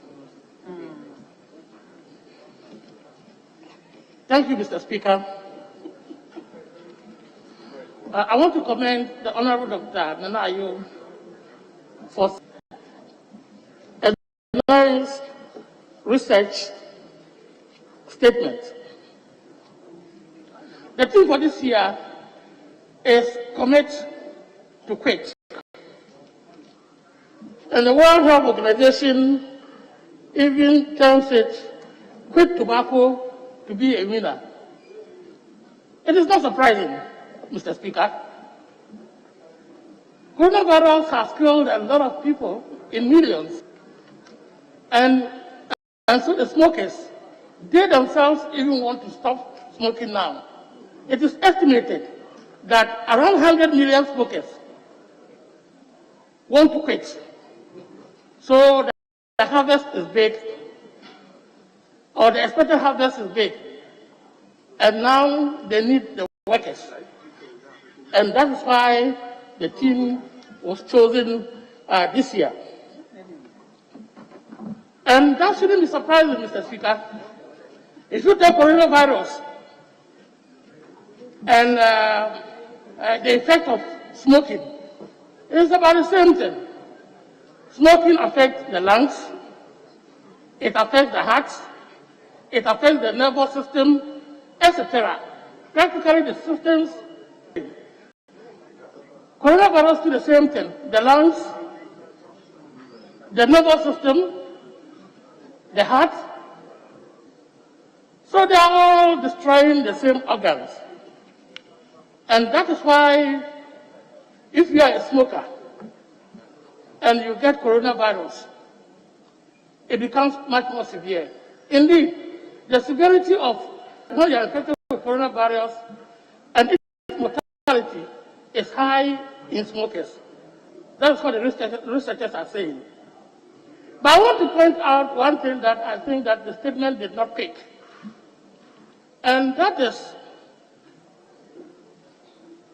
smokers, there's a hypothesis that it appears smokers are not infected with coronavirus at a bigger rate than the normal population. That is, they are less affected than the normal population.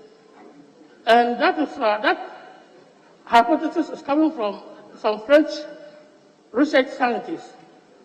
And it is based on the fact that in the population of about 40% smokers, the outpatient department of the clinics, they observed that only 3.4% of them were infected with coronavirus. So the population is 40, those who have been infected is 3.4. That's the outpatient. Then when it comes to the inpatient, it's about 3.8 in the same population.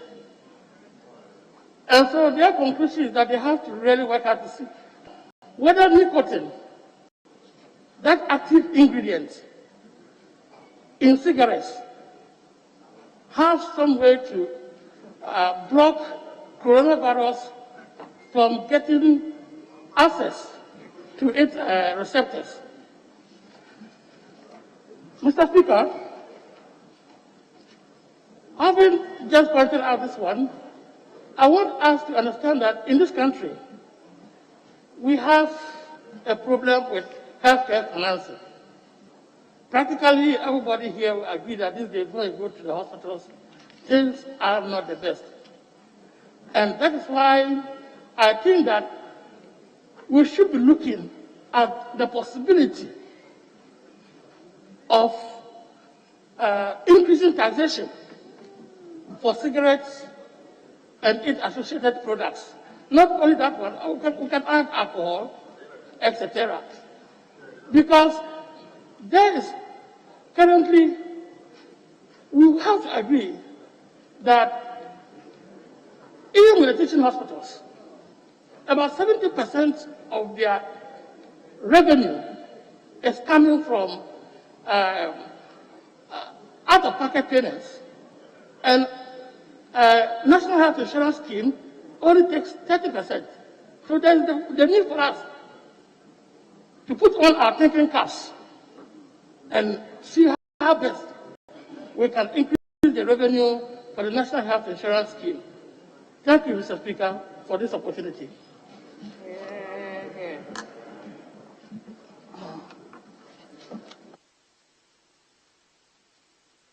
Honourable members, we have another statement in the name of Honourable Isaac Ajay Mensah, the MP for Wassa East constituency.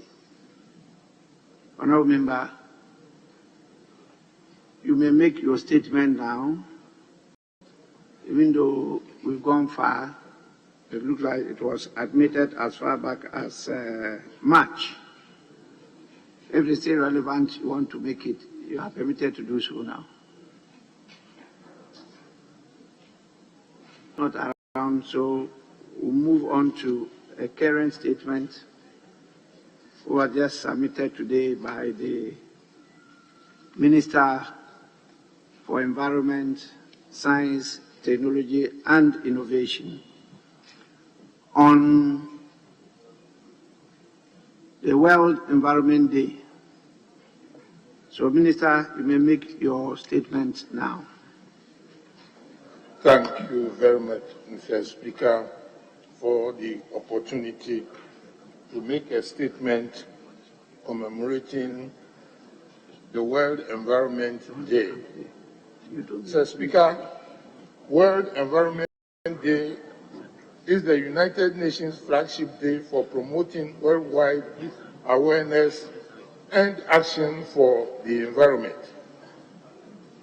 Since 1974, it has been celebrated every year on the 5th of June, engaging governments, businesses, celebrities, and citizens to focus their efforts on pressing environmental issues. The theme for this year's celebration is ecosystem restoration. In Ghana, the slogan has been amended and it is, "Let's unite to save the environment." The World Environmental Day also serves as an important platform for promoting the environmental dimension of the Sustainable Development Goals. Mr. Speaker, I must say that this year's day will be commemorated in Jabin, in the Ashanti region. Mr. Speaker, this year's celebration will kick off the UN Decade on Ecosystem Restoration, slated for 2021 to 2030. And this is a global mission to revive billions of hectares from forests to farmlands, from the top of mountains to the depth of the sea. And this year's theme, ecosystem restoration, means preventing, halting, and reversing this damage to go from exploiting nature to healing it. Therefore, we must take all measures available to ensure this objective is realized. Mr. Speaker, the importance of ecosystems cannot be overemphasized. And as we celebrate this day, we acknowledge that ecosystems are the main support systems of life on Earth. The health of our ecosystems is directly proportional to the health of life on Earth. And ecosystems are the natural regulators of atmospheric oxygen and carbon dioxide levels. Some benefits we obtain from healthy ecosystems are food, clean water, clean air, fertile soils, and the ambient environment. However, it is regretful to note that these benefits are being exploited at an unsustainable rate. Mr. Speaker, the United Nations reports that ecosystem loss is depriving the world of carbon sinks like forests and peatlands, and at time humanity can least afford it. And global emissions keep rising for consecutive years, and the planet is at risk of experiencing an unprecedented impact of climate change. The UN reports indicate that we are losing some 10 million hectares of forest annually. Air and water pollution are killing 9 million people annually, and more than 6 times the current toll of the COVID pandemic. Carbon dioxide levels are currently high and they keep rising. These indicate that we are at a critical point of our existence on this planet. Today, Mr. Speaker, we have seen us appear before our very eyes. Our glaciers are melting and the heat waves are being experienced more often. The ecosystems in our part of the world are depleting at an alarming rate due to our overexploitation and unsustainable extraction of resources from the natural environment. According to a recent Ghana country environmental analysis launched by the World Bank, a few months ago, the cost of environmental degradation in Ghana per year is estimated at some 11 billion US dollars. And Mr. Speaker, that is not counting the medical and the social cost. Because in the medical arena, the areas where environmental degradation has been advanced, you can count these diseases that are attributable to the environment in situ. You can see that they harvest more of these pathological ailments. The analysis points to the conclusion that environmental degradation and unsustainable natural resource use pose a significant risk to future economic growth, as well as threat to public and ecosystem health. Mr. Speaker, the current generation has a moral obligation to restore and sustainably manage the environment for the next generation to benefit from it. We may have wasted time, and indeed, we have been very selfish to some extent, but we can turn things around and try to achieve a better, greener, and healthier environment. It is my humble appeal that we all join hands in a synergistic manner and collectively put efforts and resources together to realize this objective. Mr. Speaker, I wish to reiterate here that the commitment of the Ghana government under the leadership of His Excellency President Nana Addo Dankwa Akufo-Addo to deal resolutely with the Galamsey menace. And NESTI, that's the Ministry for Environment, Science, Technology and Innovation, together with the Ministry of Lands and Natural Resources, is working together to ensure that we restore the quality of our water bodies, degraded forests and lands. We will ensure that these natural resources are sustainably managed for posterity. And Mr. Speaker, we will not relent in this endeavor. Let me use this opportunity to remind Ghanaians that the Minerals and Mining Act of 2016 has been amended and sanctions enhanced, and persons will serve a minimum of 15 years and a maximum of 25 years, together with a fine, if found guilty by the court for engaging in galamsey. Mr. Speaker, this has not been publicized, and the Ghanaian polity is not aware of this step that was taken under the just ended dissolved parliament. And I believe that all members of parliament here should broadcast this to Ghanaians, because we intend to embark on that track, and anybody who is found during galamsey, particularly under the environmental agency, under my ministry, will be put to the courts. And it is not only individuals, entities who breach the law will also be put to the courts. Mr. Speaker, we must move from free riders, because essentially, galamsey is a free riding activity, and it is not lost on me that the profit margin, free ride element, that is the profit margin. That is why when we remove this free ride element, as a physician, I'm not an economist, but I believe that that is the main area that we must focus. Because when we say galamseyers should cover their tracks, their pits, it becomes a very, very expensive undertaking. And so there's a moral hazard to this phenomenon called galamsey.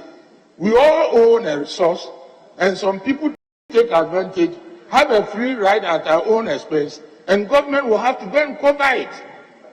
That is a double whammy. Mr. Speaker, we must move from free riders to generation of ethical utilization of resources which impact on the environment, and this, like I said, we will do exactly. Mr. Speaker, the government of Ghana, through the Ministry of Environment, Science, Technology and Innovation, is ready to ensure that directed toward the achievement of the global agenda of ecosystem restoration. The ministry, with the support of development partners, have invested some $50 million in the northern Savannah area in particular in the last decade under the Sustainable Lands and Water Management Projects, SWLMP, through afforestation projects, dugouts, mechanized boreholes, alternate livelihoods like projects such as Gary processing centers, shea nut processing centers, crop drying platforms, beekeeping, improved seeds and appropriate farming techniques, and so on. The government's Green Ghana project initiative led by the Ministry of Lands and Natural Resources, which seeks to plant some 5 million commercial and other trees in all 16 regions, as well as to mobilize Ghanaians to plant trees and nurture them to maturity and contribute to the preservation of our environment, is laudable indeed. The Speaker, you hear about the deplorable state of our environment. When we hear about the deplorable state of our environment, we tend to think only the huge industrial facilities are to blame. But we forget that our little actions, as such as littles on the beaches, cutting down a tree in the backyard of a house, using less energy efficient appliances in the homes, over application of chemicals on our farms, all congeal to contribute to the degradation of the environment. So, Speaker, now is the time to save our planet and the chances before us. We must reimagine, recreate, and restore the environment to ensure the continuity of this work. So, Speaker, this is a moral imperative. This year's theme, ecosystem restoration, speaks to the fact that the world is in a critical state and there is the need for collaboration to restore or to help restore the damage we have already caused. So, Speaker, the ministry has observed the current trend of ecosystem degradation with great concern and is poised to act to overturn the damage caused. The ministry, through the Environment Protection Agency, is intensifying regulations formulated to effectively manage, protect, and enhance the country's environment. The ministry is also gearing up to implement projects with the primary aim of regulating activities of the extractive sector and introduce solutions to accelerate restoration efforts in Ghana's landscape. We realize that we do not own this mandate alone, but we owe it with other sectors like land and natural resources, water and sanitation, local government and others, and our collaborative efforts have been geared in this, and indeed, we also do private sector. Mr. Speaker, as His Excellency, the President, has said on a number of occasions, the issue before us is not a burden to be carried by one person or one institution. The restoration of our ecosystem requires a collective effort and collaborative approach. I, therefore, urge each one of us and every one of us to first and foremost change our mindset. We must understand that the health of our ecosystem will define our health as a country. The adoption of simple, innovative, environmentally sustainable technologies in the various sectors of the economy will go a long way to halt degradation and restore the environment. Mr. Speaker, we must do this. And with this, I thank you for your kind attention. Thank you. Honorable Minister, because of the importance of the statement, I give you more than 10 minutes. Now we are limiting statements to 10 minutes and then comments to 5 minutes.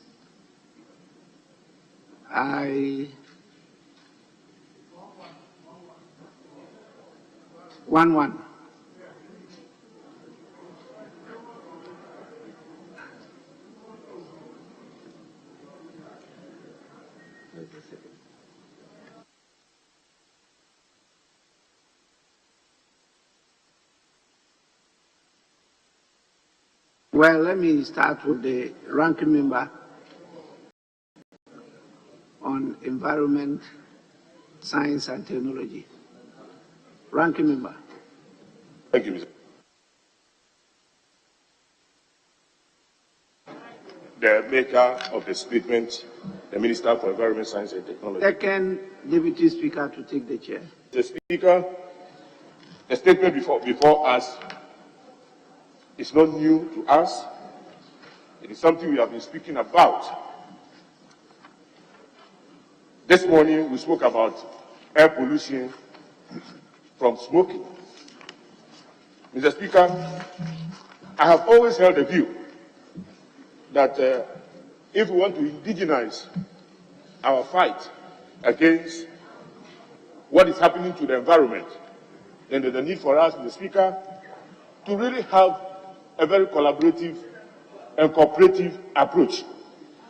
Mr. Speaker, today our problem has to do mainly with destruction of our forests as a result of illegal mining and even legal mining, Mr. Speaker. Mr. Speaker, I am saying coordination because we have a situation in this country where today, if you go to, is it Tantra Hill or McCarthy Hill?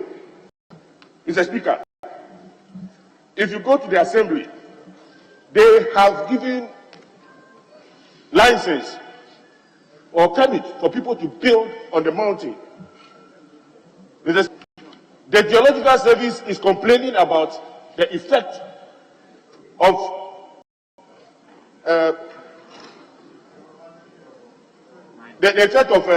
inhabiting that hill. The place is being eroded. But on top of that, Mr. Speaker, today as I speak to you, Electricity Corporation has extended this. Ghana Water Company has also extended water. And on top of it, Ministry of Roads. Today, and last week, we had a documentary telling us that we are sitting on a time bomb. My question is, Mr. Speaker, what informed the extension of electricity? If indeed the Geological Survey has information as to the effect, what is going on, what is going to happen, the fact that we are sitting on a time bomb, what informed Ghana Water Company, to extend electricity? The fact still remains that, Mr. Speaker, everybody has established an empire for itself. And that is the reason why today, Ministry of Roads will extend roads to McCarthy Hill, in spite of the fact that we know that putting up buildings there is exposing the people. And we know that area falls within, the fault zone. And anytime there's earth tremor or any disaster, they are going to feel it more than any other place. But what we see, there is development going on in that area without regard to, the consequences. And it is because there is no coordination. At the Ministry of Land and Natural Resources, under which we have the Geological Survey, been speaking to the Roads Ministry. Have they been talking to the assemblies? Have they been talking to, Ghana Water Company? Because I know they are in other countries.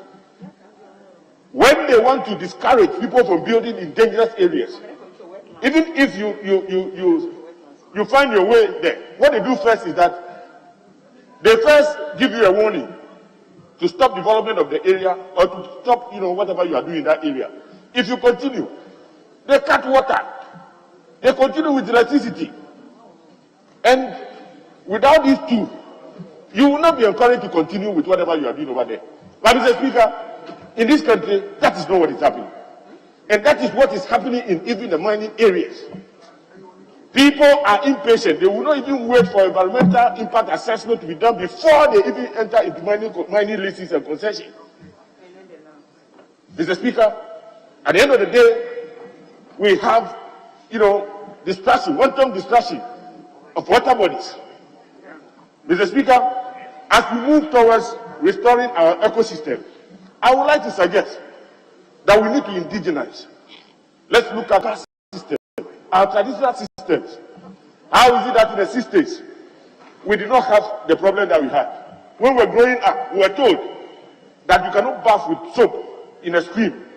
Those days, there was no science to explain some of these things. Thank God today, science can explain and tell us that introducing detergents into river bodies will kill the fauna and flora. So as we fight to restore the ecosystem, let us take on board some of these traditional systems that will help explain, that will help us cut, so that cutting of trees, defecating outside, and other things that affect the environment will be taken on board. And people would understand it. It wouldn't be a mystery. Because those days when they asked you not to go and bath with soap in the stream, because the understanding wasn't there, we could ascribe it to any other thing. And unfortunately, religion has also played another negative, has also had a negative effect. Because all these systems that were in place in those days were bastardized. They'll tell you, oh, you don't go, we don't bath in this stream with soap. Some religious, persons will tell you, oh, it is fetish. You can forget about it. You can do it without any effect. And in this so, they do it and you don't have any immediate effect. But at the long run, what happens is that those streams, those rivers are dying because we are introducing foreign substances into these bodies. And at the end of the day, life, aquatic life, is terminated.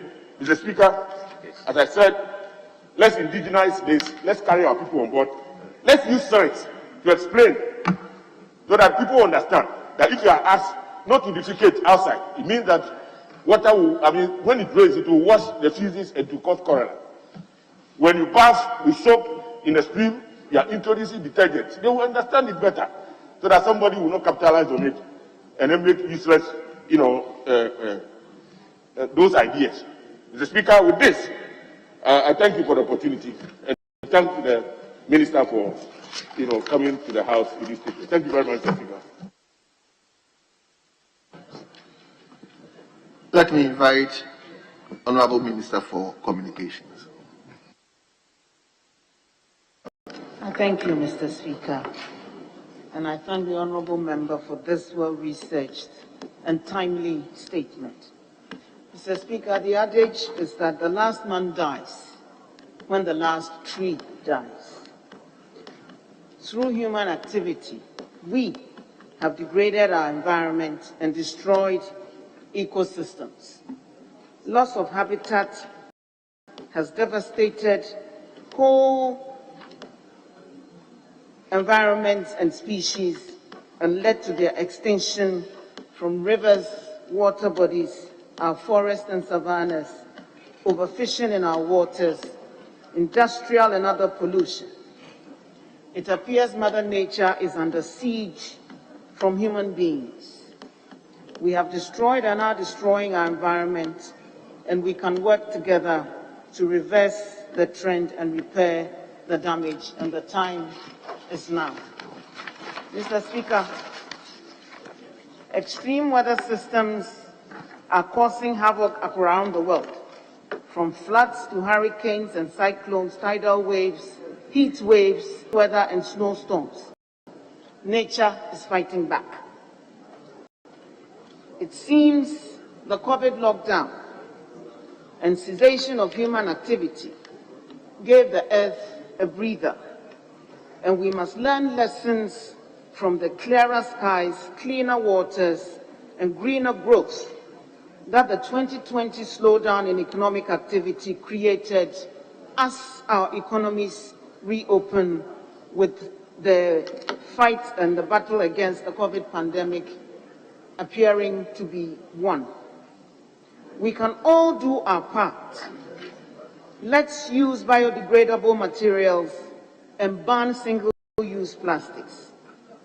Let's promote recycling materials and source separation of waste to reduce the amount of garbage that ends up in our landfill sites. Let's green energy and promote solar systems and other renewable forms of energy. We can plant trees. I have lots of trees in my garden, and I'll be planting more. Let's take advantage of the Green Ghana project to see this letter from the Green Ghana project in my pigeonhole, and so I know every member of parliament has received one.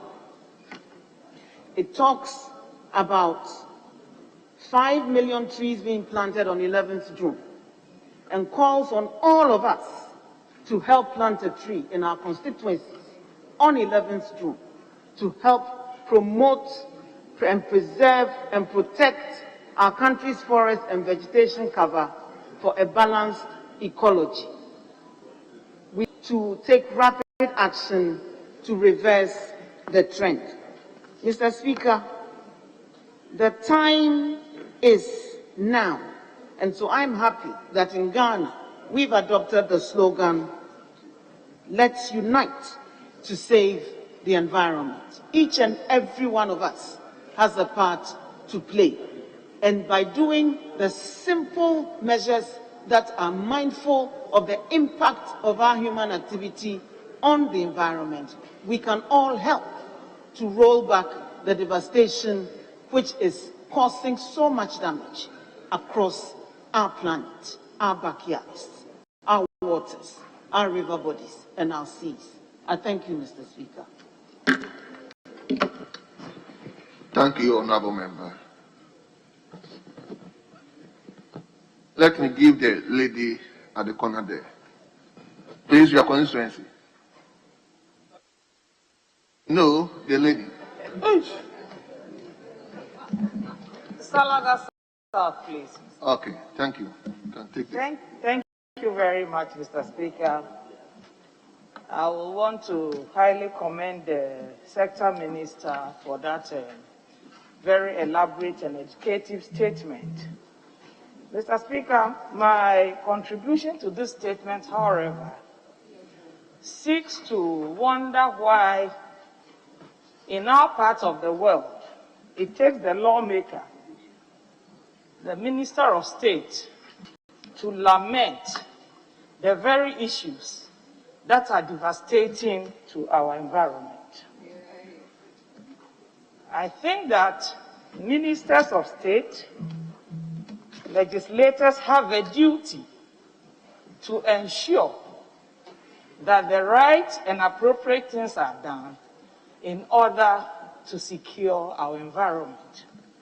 When we turn around and lament, it seems to me like we are throwing our arms in the air and asking God Almighty to come down and resolve these issues for us. There are environmental degradation issues which go a long way to affect the ecosystem are not conducted by any other persons other than us. And it starts with our everyday way of life. You go around the city and the whole city is littered with plastic, with debris, with garbage that should be properly disposed of. That we have institutions in this country to ensure that these are done properly. That is not done. You go to our communities and it is worse. You drive into Salaga and the first thing you see is plastic. As soon as you begin to approach any area in this country where there are human beings, the first thing that welcomes you, Mr. Speaker, is plastic. The plastic didn't find itself there. Human beings use the plastic for one reason or the other, and afterwards decided to dispose of them in any way and any manner. In fact, Mr. Speaker, let me use this opportunity to commend the people of Ho in the Volta region. When I was there the last time, I made a private pool. There was was the cleanest city I had seen so far in this country. Mr. Speaker, I don't know how they've done it, but I will encourage the Minister for Environment and his team at the Environment Ministry to maybe find out from Go and maybe the Greater Volta region how they are managing to keep the environment there clean, so that whatever activities or efforts they are putting into it, we can seek to replicate them in other parts of this country. Mr. Speaker, in some jurisdictions, you are not allowed to cut down a tree that you yourself planted. You can plant a tree, and after 25 years, it becomes a nuisance in your compound. You need permission from the local authorities. Indeed, you even have to pay the tree doctor, so-called. You pay money to get that tree cut from your immediate environment. If we find that the environment and by us is becoming problematic, we don't need anyone to come and solve that problem for us. We can celebrate all the days, we can make all the beautiful speeches, but if we don't change the way we ourselves react and interact with the environment, we will be making the same speeches 20 years from here, and the environment would have been worse off. Mr. Speaker, with this, I want to thank you very much for indulging me and giving me the opportunity. And I'm hoping that Parliament, as an institution, will take up our oversight responsibilities and make sure that if there are bylaws regarding the protection of the environment which are being flouted, we should make sure that the laws work to protect all of us. Thank you very much, Mr. Speaker. Thank you very much. Another lady, honorable member for Asopa. Thank you, Mr. Speaker, for the opportunity to contribute towards the statement ably made by our Honorable Minister for Environment, Science, Technology and Innovation. It is very insightful, and contributions so far received have spoken about the issues, looking at how we are being affected. But I think it's about time that as a country, we own up and know that nobody can take this issue, nobody can run away from this issue which is being discussed over here. The reason being that, as people, we shouldn't consider that it's too late in the day not to address this problem.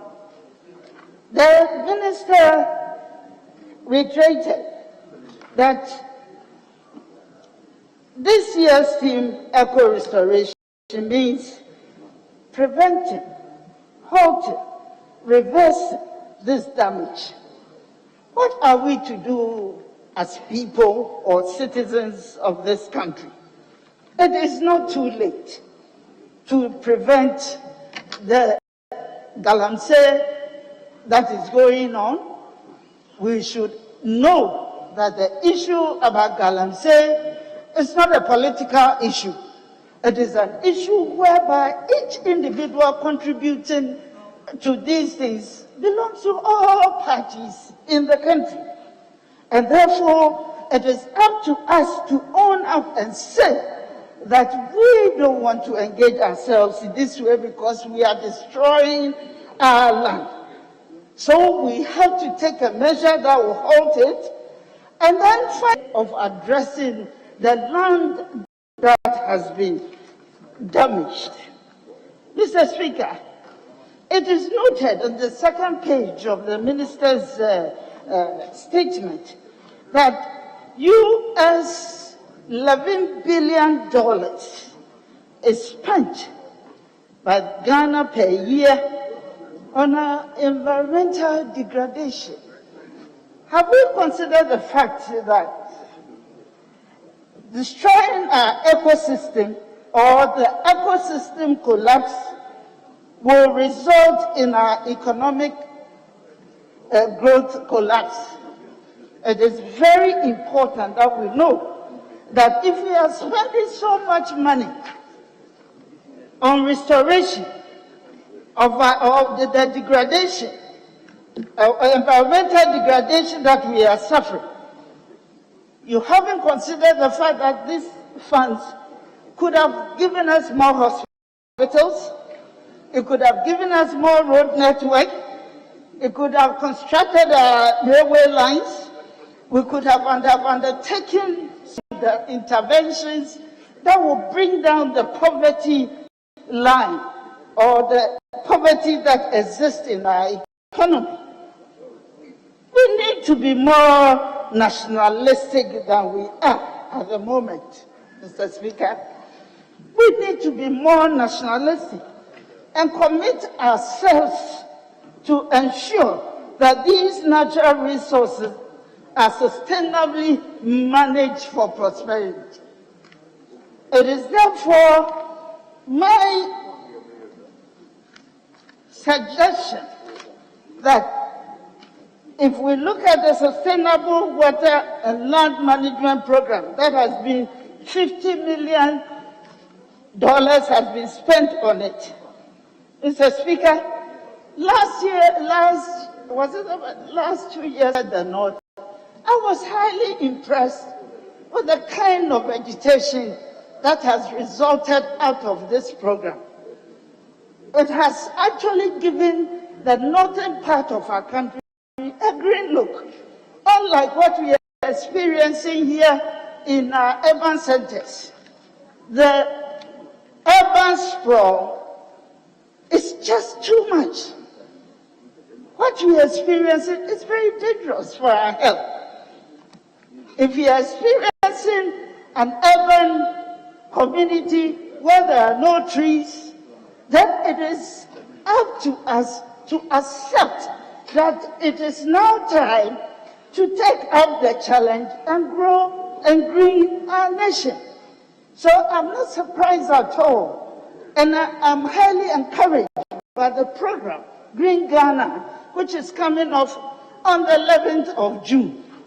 I have inquired into this program, and I'm very much aware that the Ministry of Lands and Natural Resources is coming up with a strategy where each of us here in this House, I'm talking about all members of Parliament, will be given the strategy areas to concentrate, to plant these trees to ensure that we will improve on our ecosystem. Mr. Speaker, I'd like to commend the Minister for drawing our little actions that causes environmental degradation. What am I talking about? I am looking at a situation where, when it rains, people take it upon themselves to drop their refuse in the drains. And in my constituency, I feel so bad when I walk past one of the rivers and I see the sediments of plastic refuse collected out of what the activities of the individuals in our communities. And these things are something that we can address. How can we address these things? I'm proposing through this contribution that we should be looking at the EPA. In the statement, it is stated that the EPA is going to find a way of intensifying regulations. But I think we have a situation where most of our youth are without jobs. I think the Youth Employment Agency should embark on a special or roll out a special program where they will be charged to ensure that all these little nuances that we are experiencing around, if you are able to identify people and such people are accosted and are charged, whatever charges will prescribed on that individual, there will be a level of incentive from that charge to that individual. By this way, it will be educating us on putting up the best behavior not to degrade our communities.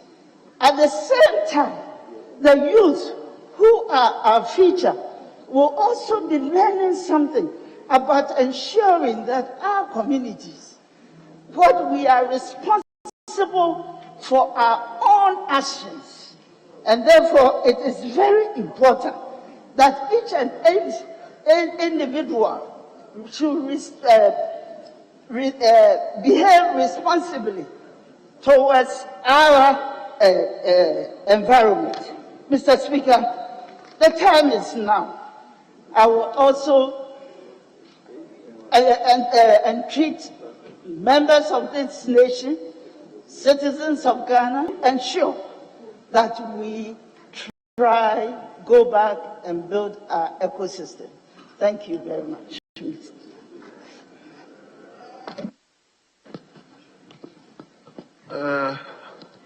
I'm giving one from each side. And let me also invite another lady, Honorable Member for Katu South. Katy South. Mr. Speaker, I thank you for the opportunity, and I commend highly the statement by the Honorable Minister for Environment. Thank you, sir. But I have a few things that I would like to share with him, with the Minister. Honorable Minister, Honorable House, the devastation that we are seeing in our country is one that should terrify anybody and everybody. I speak particularly about mining, the one with Galamsey, and I speak Honorable Member, hold on. It's 2 o'clock, and I respect as that sitting continues. I speak about mining, and that includes salt, which is mined in my constituency, and the effects of the mining on the ecosystem of our community. I speak also of sand winning. It is interesting to note, Mr. Speaker, that our neighbors, all neighboring countries, have sand in their communities. One should be interested in why they choose to buy sand and win sand in Ghana. The number of trucks that come from across the border in Katu South, from Togo, is scary. I would like to urge the minister to send people to my constituency. I'll be more than happy to host them, to ask and to collaborate with the Assembly to ensure that what is going on there as far as sand winning is concerned is not going to cause us more troubles and problems in the future. Filling of lagoons. In many of our communities, well, it is interesting to note and sad to report that we are filling the lagoons and allowing people, giving them permits to build on these spaces. We are losing even the lagoons.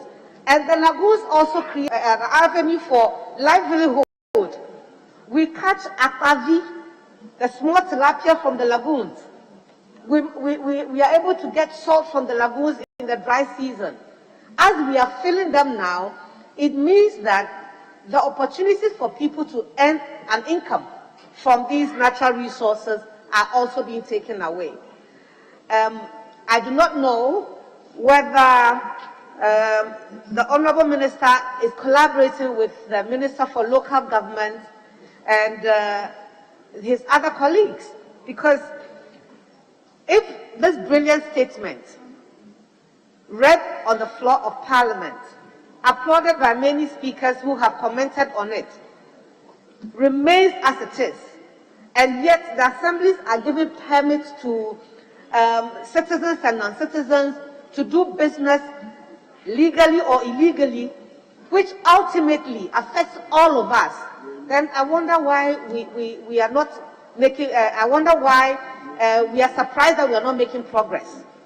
If we genuinely want to make progress in this country, then those who give the permits, those who are mandated and empowered to do right by all of us, those of us living now and the future, must be seen to be doing their work and doing them very well.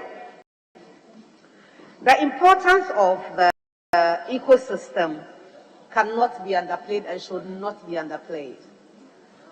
As we speak now, Mr. Speaker, all the coconut trees that we planted along the beaches in Katu South have been washed away because annually caused devastation in my community. This morning, I know that the youth have organized a demonstration because they have not seen any response to the devastation going on in the community since the beginning of this year. We cannot be celebrating and giving slogans, beautiful slogans by the way, to the devastation of our communities, when the real problem is left unsolved. Who's responsible? As a parliamentarian, I can only stand up and when I catch your eye as I've done today, talk about it. But I am limited in what I can do to assist the state. If the state does not allow me and the people that we elect and appoint to do their work, if the state does not empower them to do the work, then we will be applauding each other and the devastation will continue to go on. Mr. Speaker, on behalf of the people of Katu South, I appeal to you at this August House that what is needed is action. Action now and not action tomorrow. Because if we do not save the country today, I don't know what will be handed over to our young next generation. With these comments, Mr. Speaker, I thank you and I say, indeed, we must restore the ecosystem of our country. Indeed, we must be seen to be working. Indeed, we must speak, but I thank you very much for the opportunity. Thank you very much.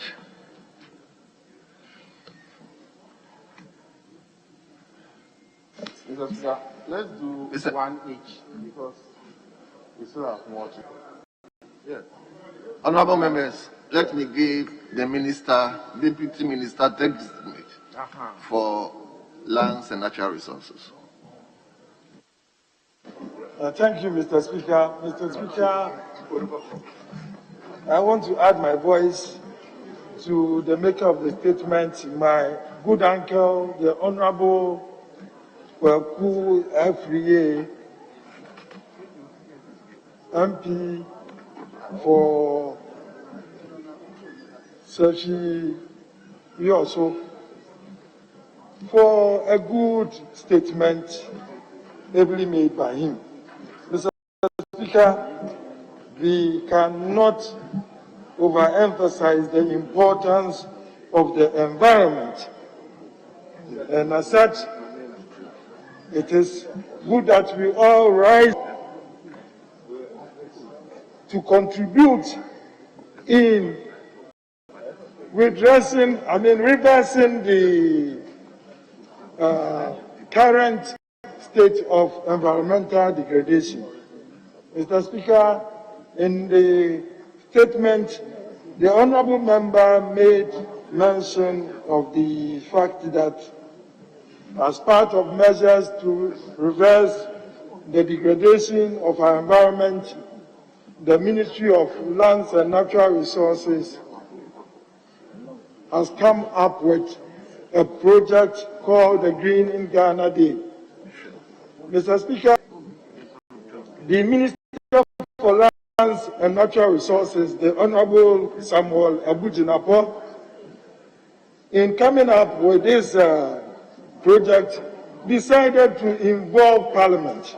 And as such, Mr. Speaker, he invited some members and Forestry Select Committee, and these are my good self, the Honorable Suhini, and also the Honorable Francis Menu Adabo. Mr. Speaker, the Minister has made me the chairman of the Planning Committee of the Green Ghana Day. And the honorable members that I mentioned are also serving on some of the implementing committees of this particular project. Mr. Speaker, on that day, your good self and your other colleague speakers, likewise the President of the Republic of Ghana and his vice,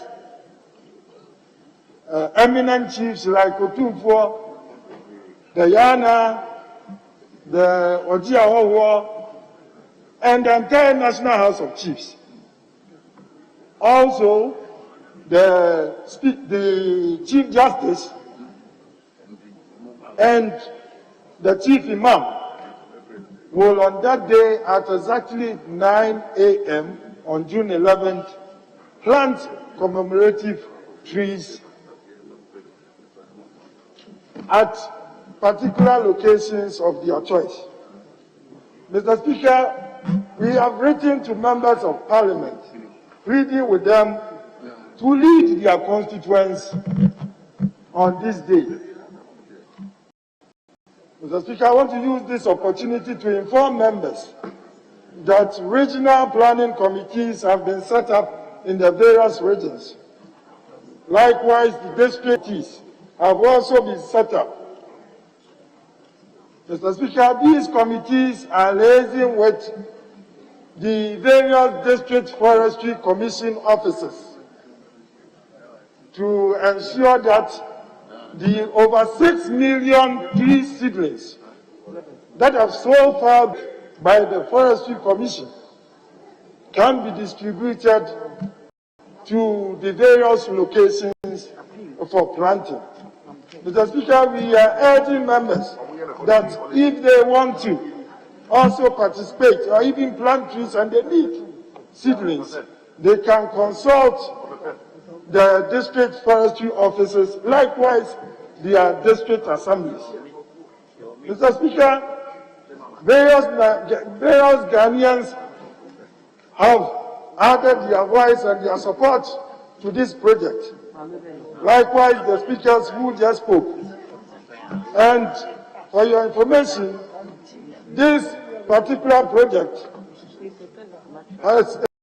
is currently trending so much that it is now the #1 hashtag trend now. And the hashtag is "Let's Go Planting." Mr. Speaker, the various religious bodies like the Presbyterian Church and then the Pentecostal Church, with the Presbyterian Church, they have pledged to plant from the 8th to 20th of June 1.4 million trees. And the Pentecostal Church have also promised 1 million trees to plant. Mr. Speaker, not only them, but we have various groups like the Rotary International. They too have risen to the call, and they are also going to plant on that day. Mr. Speaker, this particular event is to not only green Ghana or revegetate Ghana, but then also to instill in our youth the culture of tree planting and nurturing of trees to maturity. And I will have to add that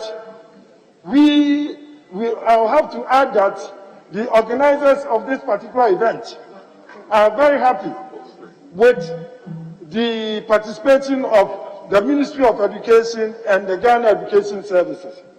Mr. Speaker, the Ministry of Education has also risen up to the call, and as we speak now, have set up another team to help the students to also come on board. And they call this team One Student, One Tree. The Minister for Education has promised us that there are 1 million school children in Ghana. And as such, on that day, each of these school children will be planting 1 tree. What it then means is that we can now say that on that day, we are going to plant more than 5 million. Because if even the children are going to plant 1 tree each and they are over 5 million, when we, the elders of God, it means that at the end of the day, we would plant more than our targeted figure. Mr. Speaker, others have also informed us about the fact that they don't want to plant just a tree, but they want to plant economic trees. Some even want fruit trees. Mr. Speaker, the Forestry Commission has made provision for coconuts, mangoes, oranges, and other fruit trees. And so anyone who is interested can also consult them for this. We are aware those in the urban areas particularly prefer these fruit trees than the usual forestry. Mr. Speaker, looking at how the entire citizenry of Ghana has appreciated the need for us to green the country and the environment, and looking at how they intend to get involved on that day, Mr. Speaker, I will plead that, if possible, Mr. Speaker's good office to appeal for maybe a holiday on that day, a national holiday on that day, Mr. Speaker, so that we all can get involved, especially even we, the parliamentarians. There is the need for us to be seen in our communities and in our constituencies, leading the effort. Because at the end of the day, what we are asked is that everyone should take a selfie of the tree that he or she will plant. And we don't want to miss that opportunity. Because if you don't have a selfie of yourself planting a tree on that day, you will be left out.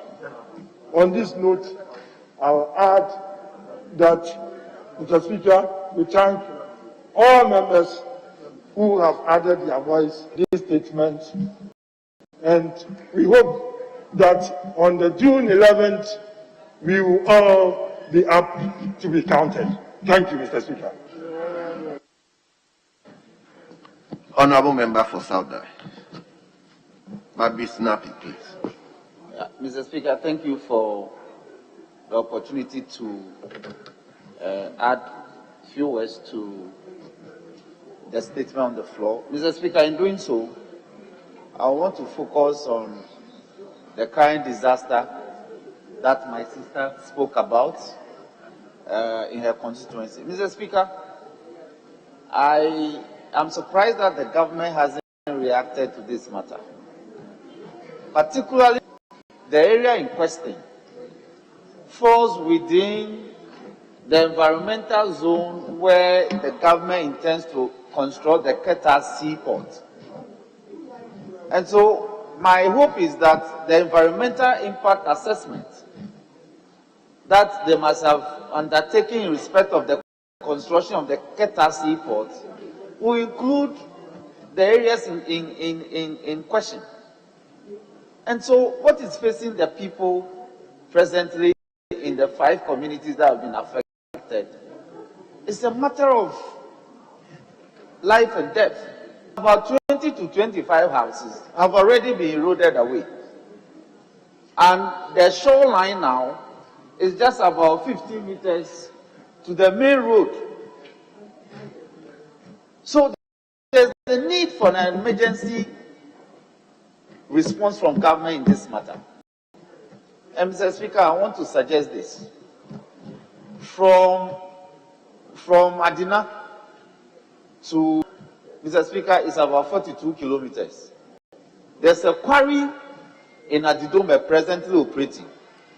I want to urge the government to, as a matter of urgency, get some boulders to, as a stopgap measure, to dump on the coastline to store the erosion.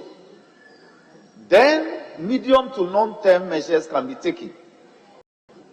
If the government is not responding to the severe erosion caused by the tidal waves that has struck since last week, about a week ago, and yet we claim that we are seeking for funds to construct the Keta Seaport, which is within the environmental zone, then I don't believe the fact that government indeed want to control the Keta Seaport. Because that is the zone. So yes, we want to plant coconuts. The coconuts that have already been planted and are yielding fruits are being eaten away by the sea. So we need to secure what we have now before we think of planting new ones. So, Mr. Speaker, the issue in Adina, in Blakusu, in Azizan, Agaveji, it's a very serious matter. And I expect the director for NADMO to be on the grounds by now, responding to the medicines the severe erosion has generated in the area. Mr. Speaker, with these words, I thank you for the opportunity. Thank you very much. Let me finally give the last bite to Honorable Member Fufuli Krum, who incidentally is the chairman of the committee, to conclude. Thank you very much. Mr. Speaker, let me commend the Honorable Minister for a very good statement that he has made, reminding all of us the need to unite to save our environment, and also to thank honorable members who have expressed interest in the topic and would have wished to make contribution.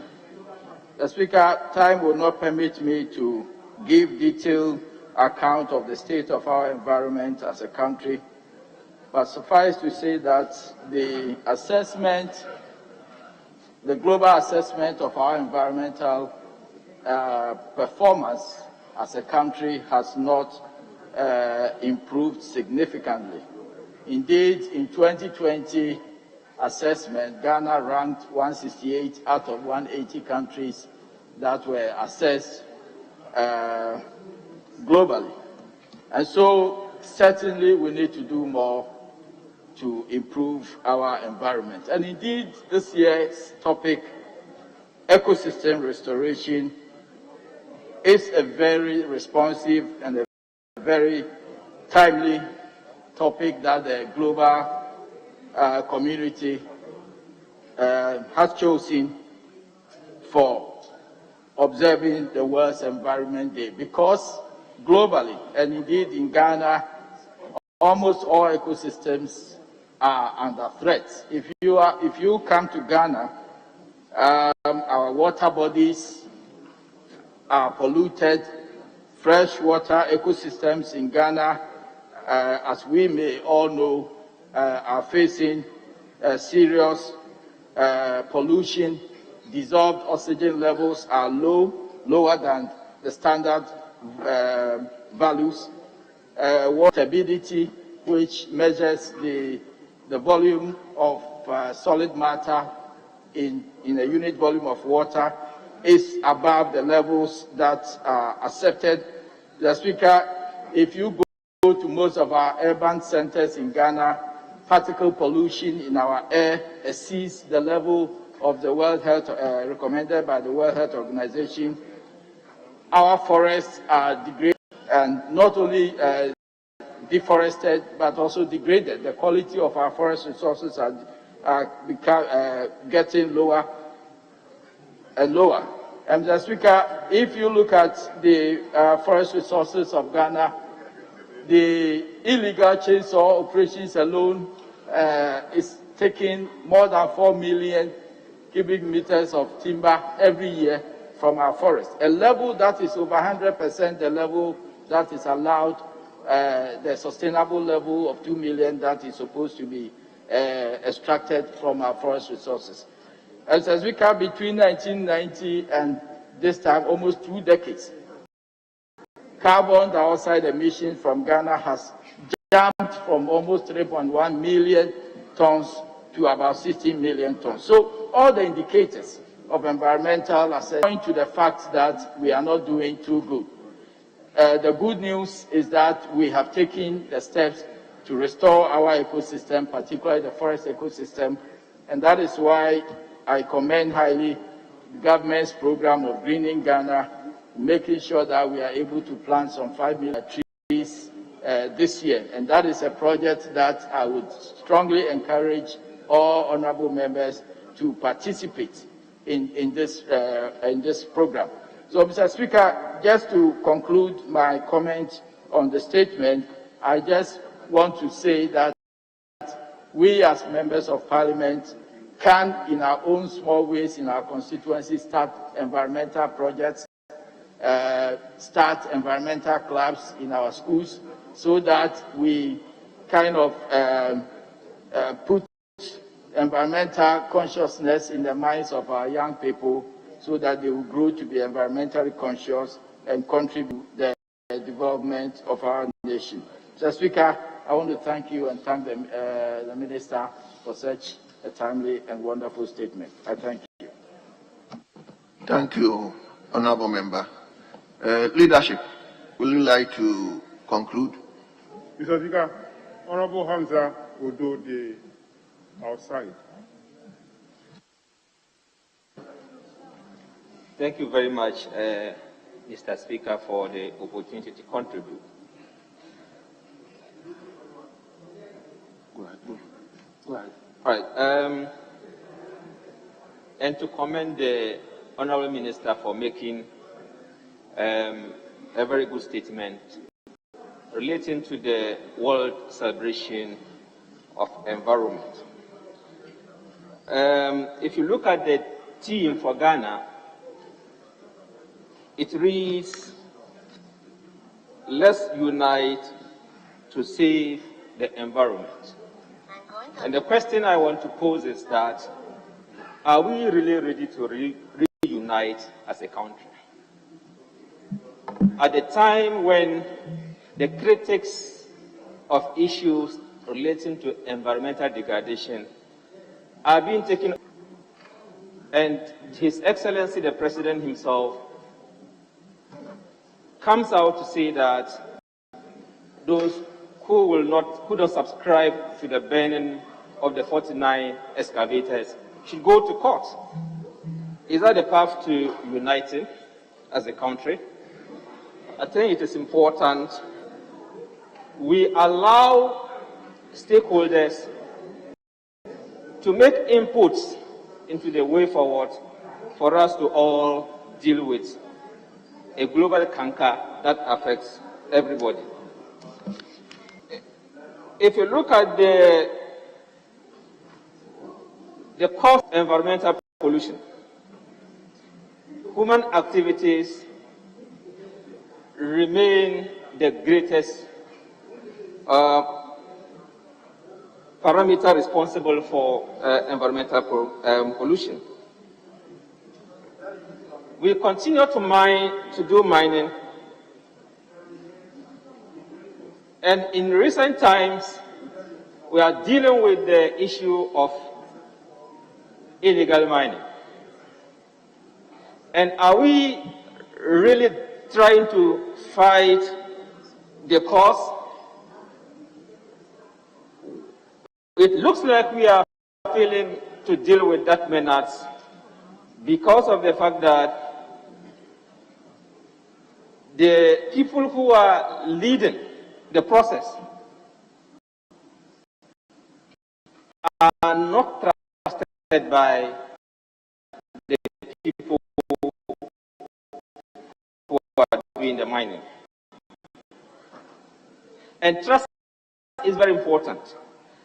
The various methodologies that we involve cannot be the part or the solution. We have the Operation Hold, Operation Vanguard, which mainly employ military methodology. I think that is not going to work. The mining is related to their livelihood.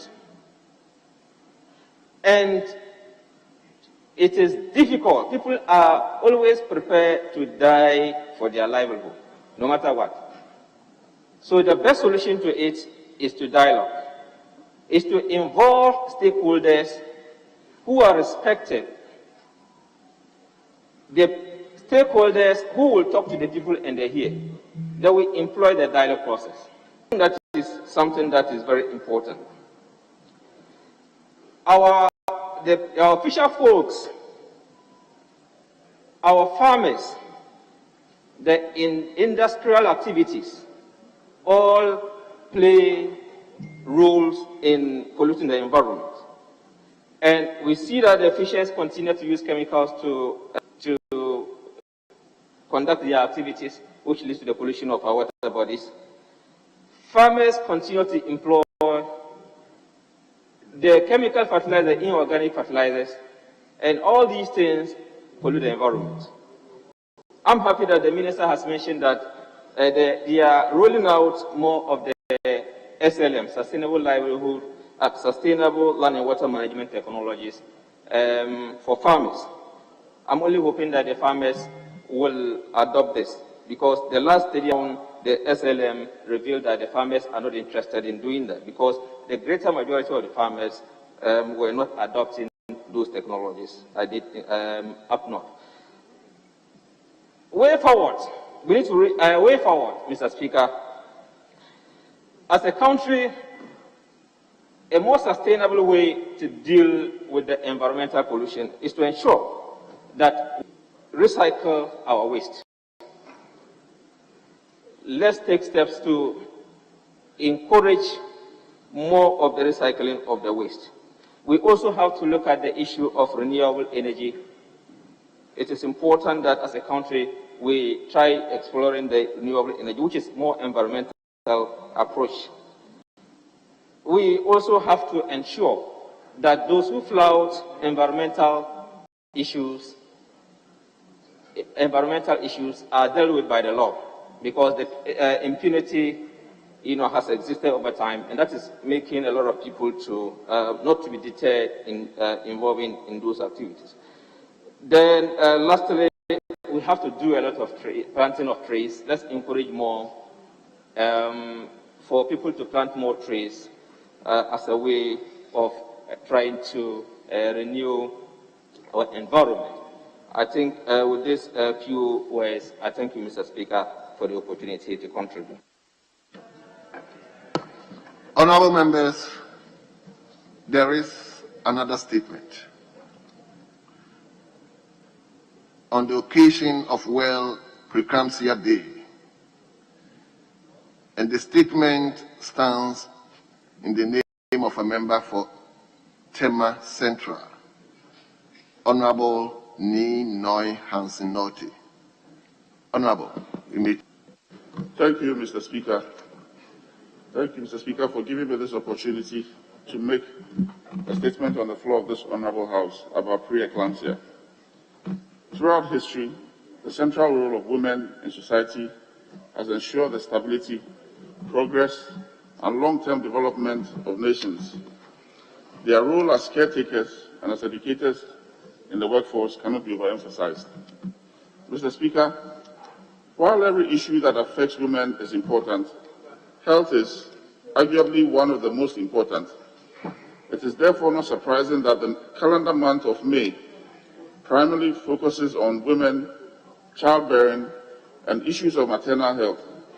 Important dates such as 5th of May for the International Day of the Midwife, Mother's Day on the 9th of May, World Pre-Eclampsia Day on the 22nd of May, as well as the International Day to End Obstetric Fistula on the 23rd of May.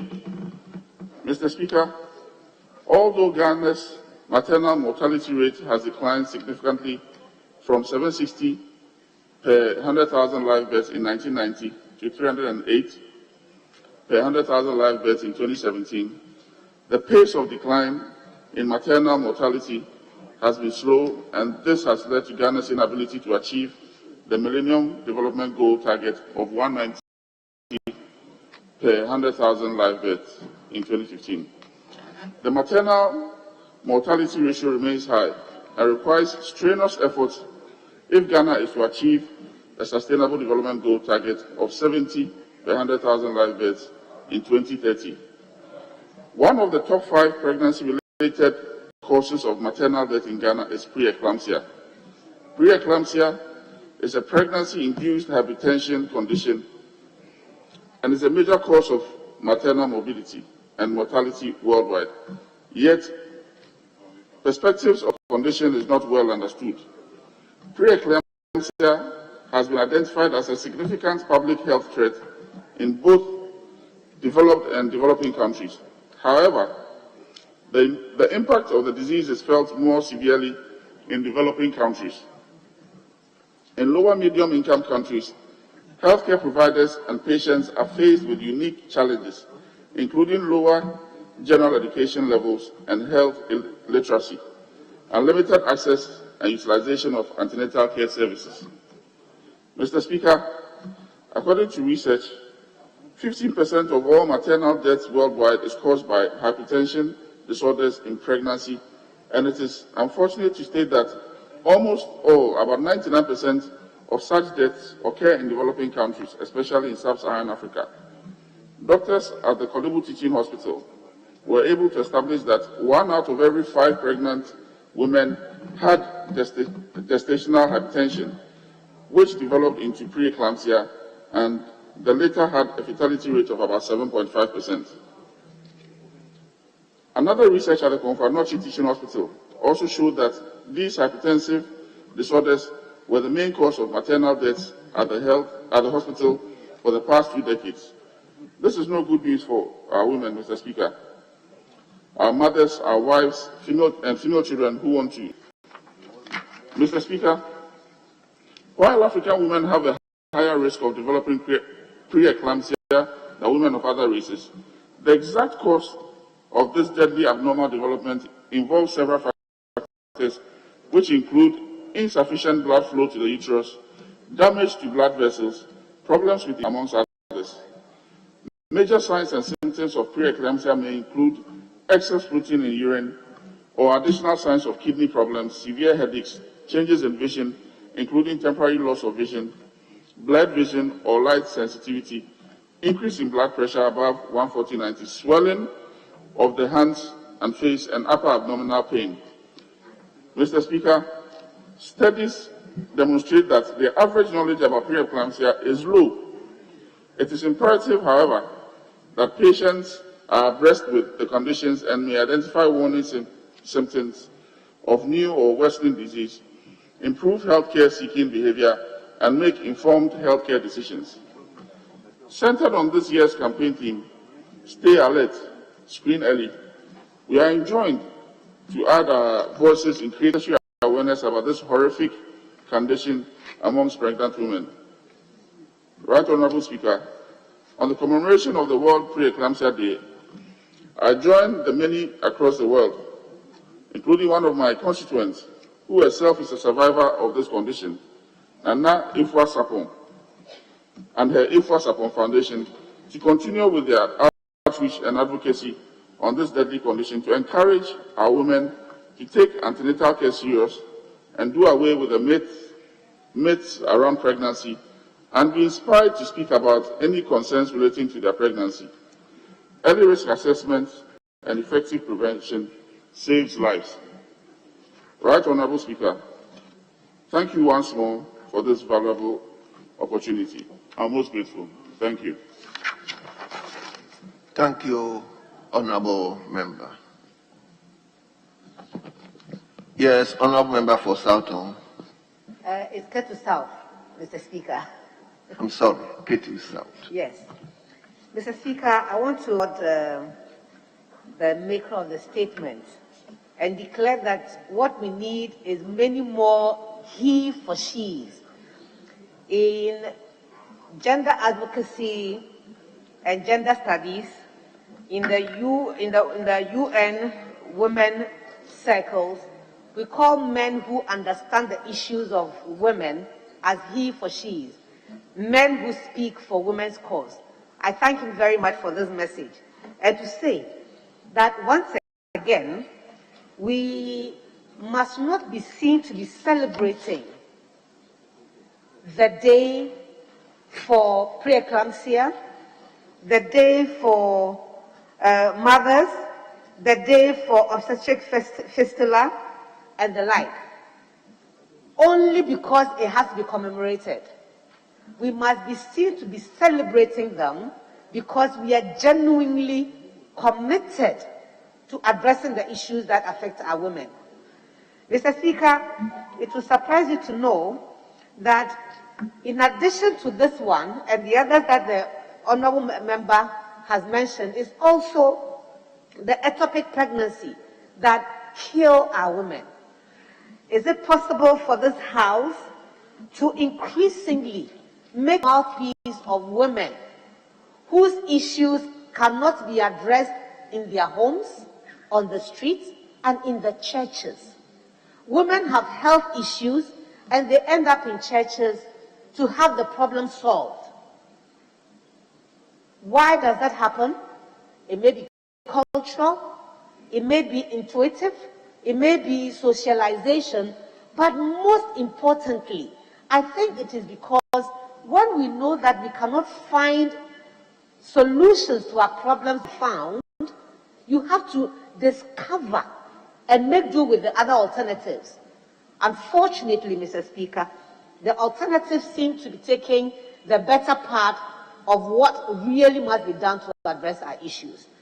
I cannot sit down without once again commending the maker of the statement for this brilliant paper, and I hope that our journalists will carry them out for us and indeed educate our women to seek redress or to seek solutions to their health issues in our health institutions, which, by the way, need to be given a second look. How many times haven't we heard about machines not being available and beds not being available in our health facilities? We cannot and should not be solving our health problems in churches. I thank you for the opportunity, Mr. Speaker. Thank you, Honorable Member. Honorable Member for Sehurioso. Thank you very much, Mr. Speaker. And I would like to commend the maker of the statement for bringing to the attention of this House this serious medical condition, which indeed is exclusively sex-linked, because it affects only the female species, especially those in the reproductive age. Mr. Speaker, preeclampsia is not known to many Ghanaians, but it is something that gives every doctor a major headache, because the determinants, there are so many imponderables in its causation and even in its evolution. Suffice to say that they are associated with the genetic factors, blood vessel problems, autoimmune disorders have been cited, but it's associated with being pregnant, especially for fetuses, being over the age of 35 years, that late pregnancy, and also early teens, that means at the extremes of the reproductive age, and also being pregnant for the first time, and also it's associated with obesity. And having a history of that, high blood pressure, even though by definition it connotes elevation of pressure, it is a separate clinical entity from pressure in pregnancy itself. That means if you had pressure ab initio before even you became pregnant, that's a different clinical entity. But when you have preeclampsia, one of the cardinal symptoms is that your pressure is elevated. And also those who have history of diabetes are also very susceptible, so as well as those with kidney problems. Suffice to say that some of the critical symptoms are persistent headaches, abnormal swelling of the hands and face, and that's the periphery, and then sudden weight gain, and then changes in vision. Mr. Speaker, if intervention is not made, it can proceed rapidly to the eclamptic syndrome itself, in which you may have convulsions and attendant complications like kidney failure, and so many things. The definite management is intervention of some sort, which means when you are pregnant and you are diagnosed, the doctors manage you well conservatively until they make a determination that it is safe to deliver you after the 20th. And most of the time, eclampsia starts after the 20th week. But it's been documented I can start a bit earlier too. But we manage you so that we can deliver a safe baby, so that we can, as well as saving your life. And most of the time, it will call for, even though there's expectant management, a lot of the time, the surgical intervention is required. Mr. Speaker, eclampsia is very common in Ghana, and in fact, it is one of the leading causes of maternal mortality. So a lot can be done through prevention, and we urge all expectant mothers who become pregnant as soon as possible to attend maternity antenatal clinics, so that any of those cardinal symptoms can be managed accordingly. The strategy, Mr. Speaker, is to make the populace aware of this, including the male species, husbands, so that we can also help the women in this endeavor. So education, early antenatal attendance, and also frequent antenatal attendance. And then, of course, we have to hospitals to deal with those things, especially those in the periphery. Clinical services are very good in this country, especially in urban settings, but in rural settings, there are a lot of deficit.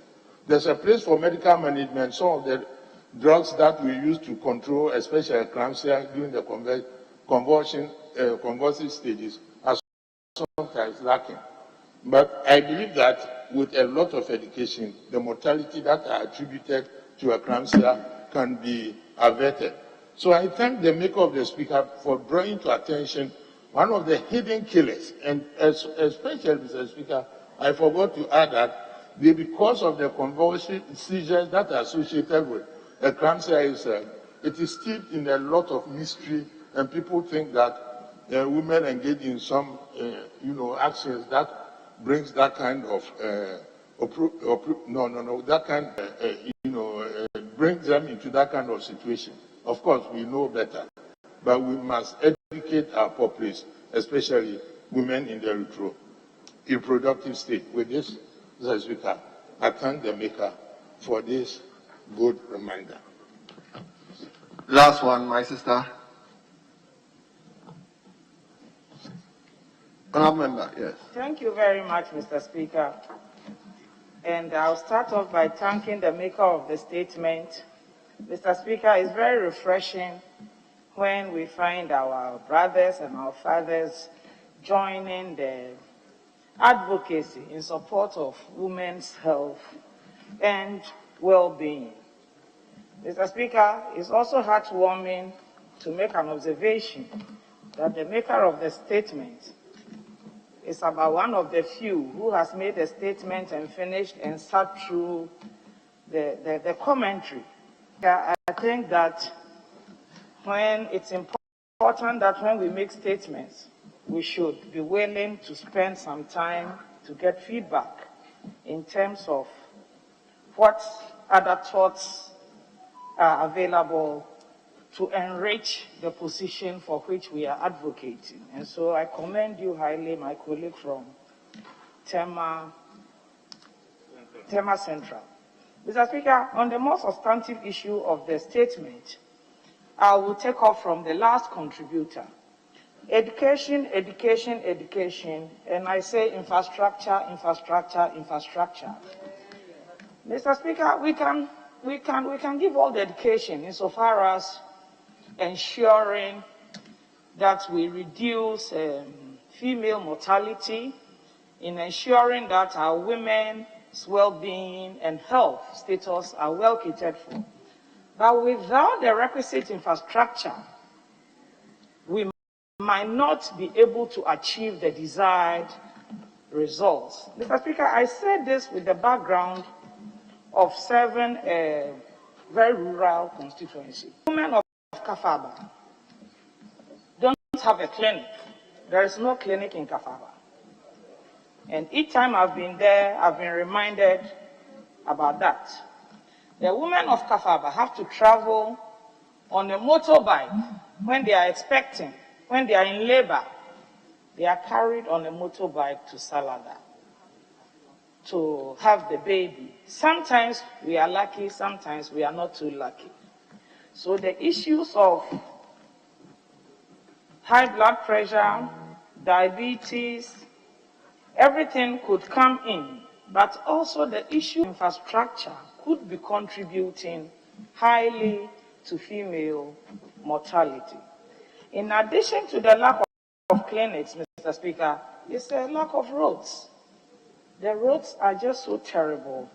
In fact, no ambulance can even travel on the road, the stretch from Kafaba to Salaga. So they are either on these motorbikes or they are sitting at the back of, they call it motor Kia.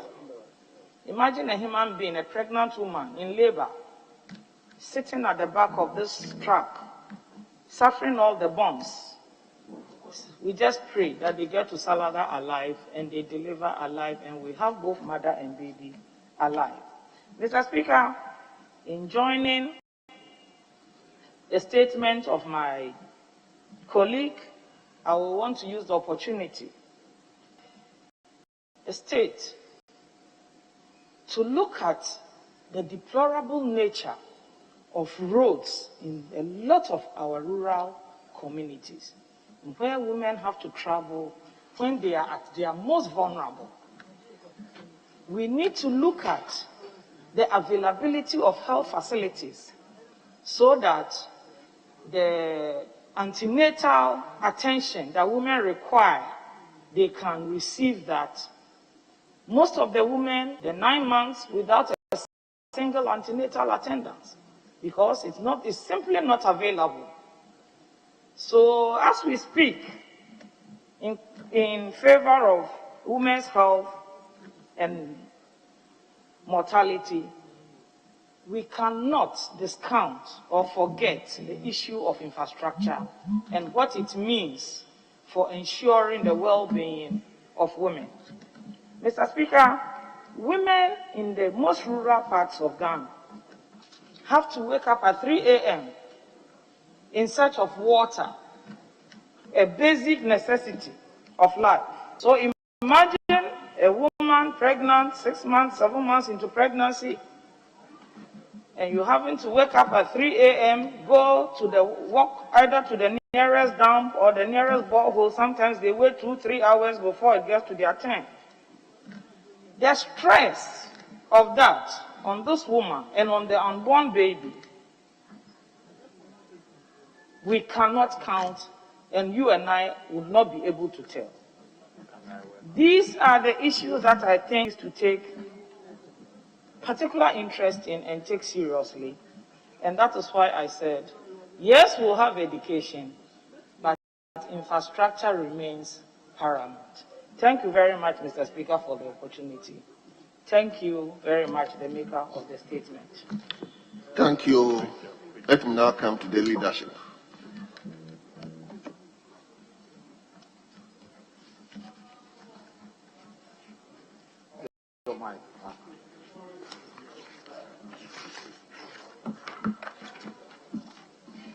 Mr. Speaker, okay, sorry. Honorable Member for Enyaso Tume. Okay, you can now take the floor.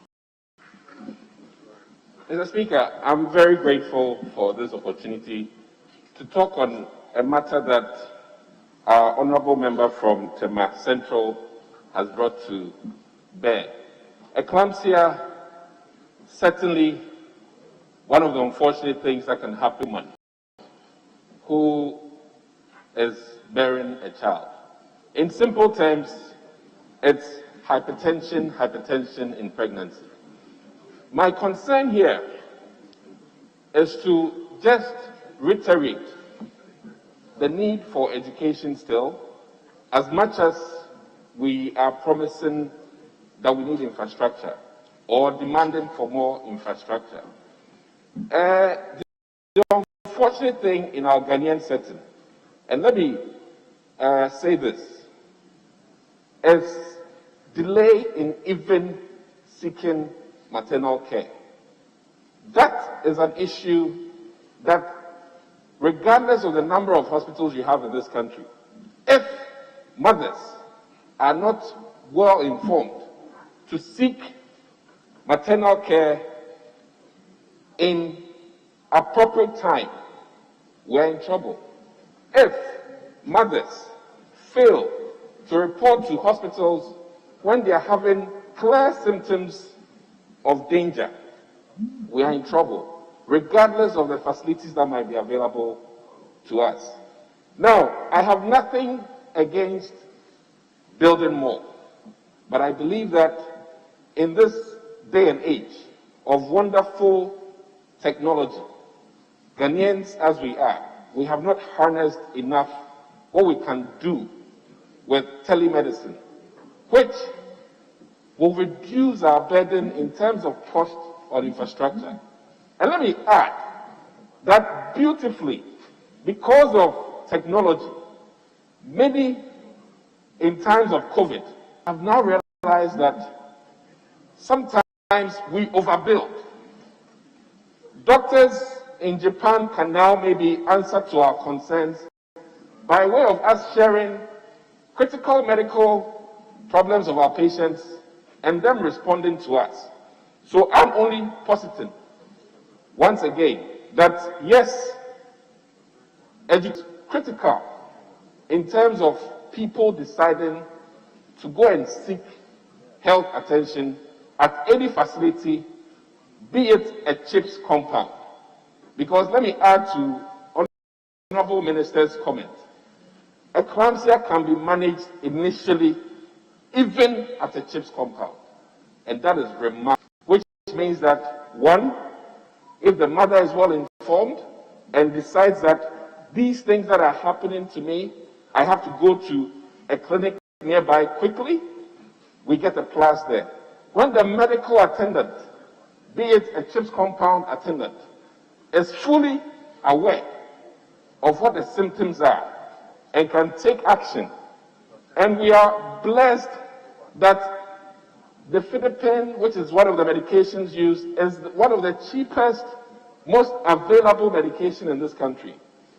Plus, mag sulfate, very readily available. And I must commend the Ministry of Health and Ghana Health Services for making these things readily available at most basic health centers.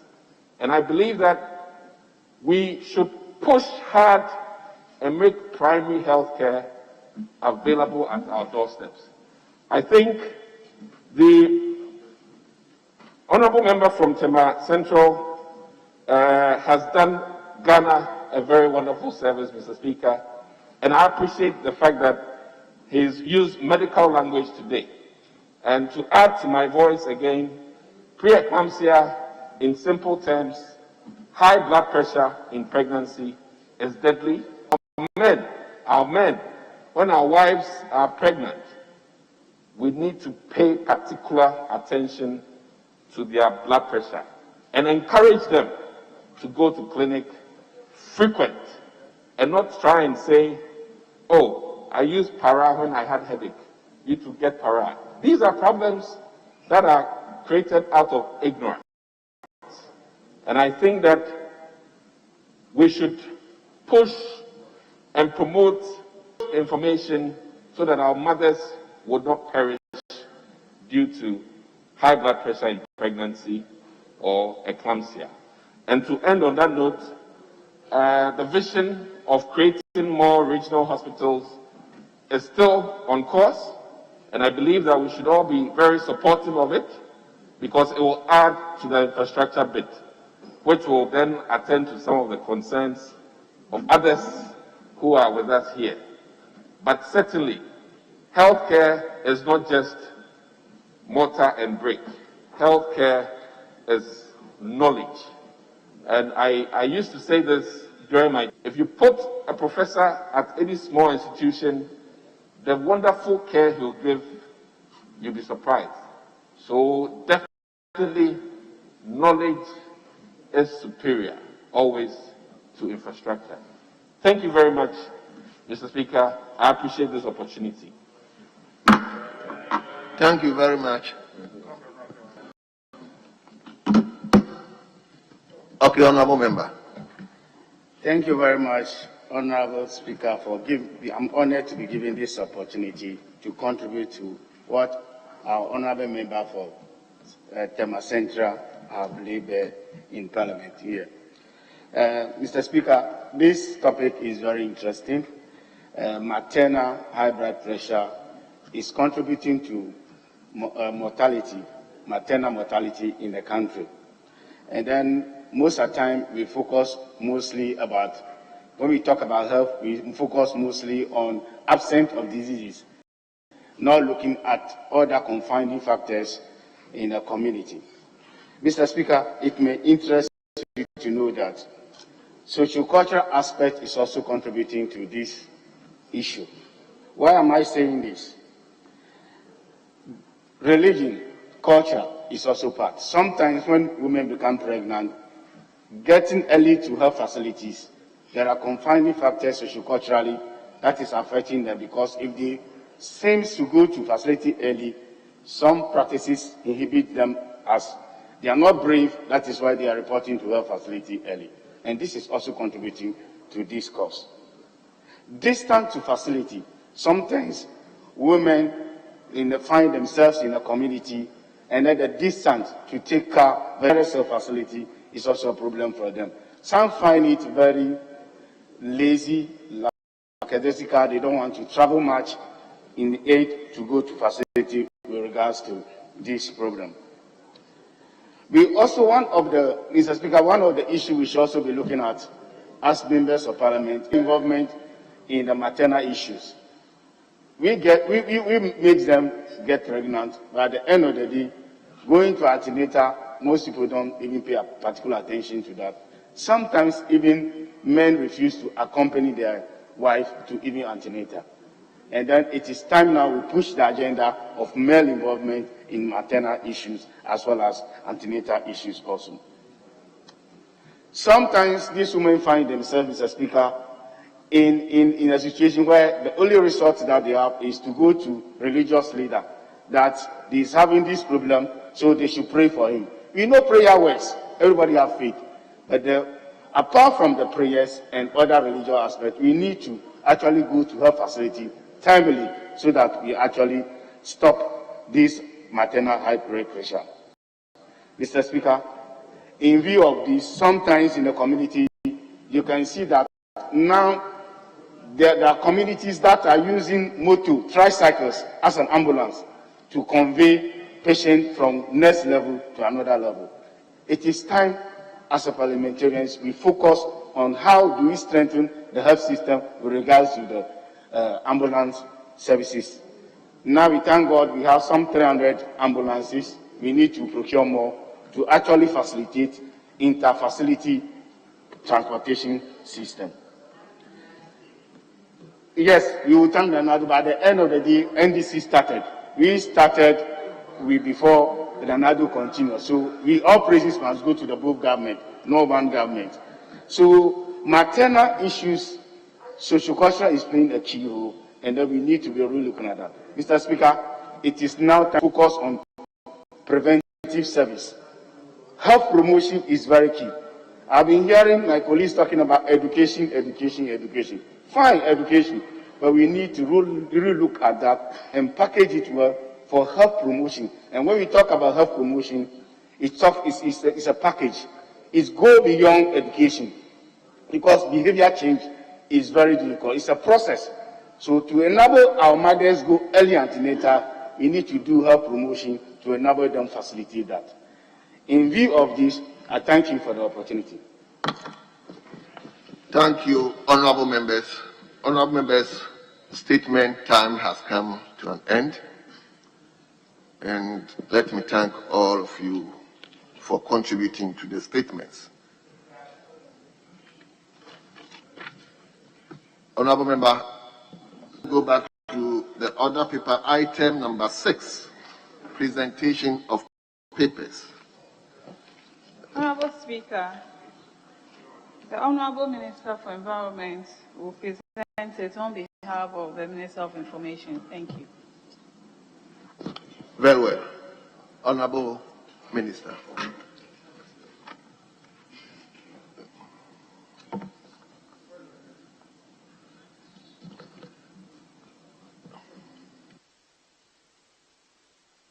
Minority, Deputy Minority. Mr. Speaker, the Deputy Whip just says that the Minister for Environment should present the paper on behalf of the Minister for Information.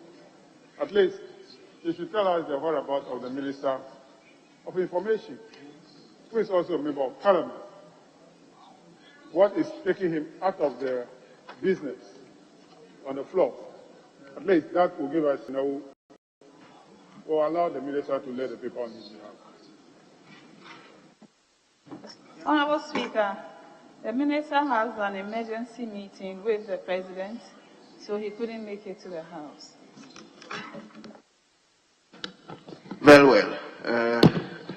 I don't think we need to waste my time on it. Minister for Environment, may you...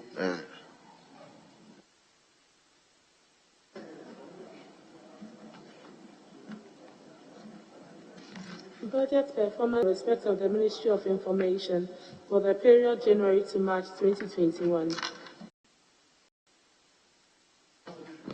Honorable members, the report has been duly presented. It is referred to the Committee on Communication and Digitalization for consideration and report.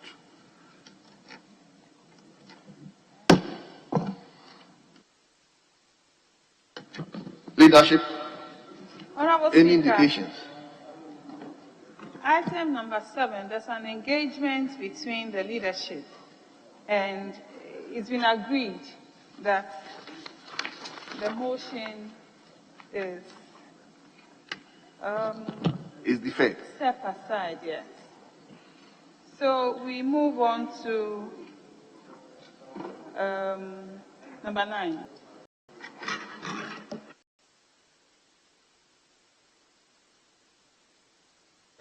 Number 9. Item number 9.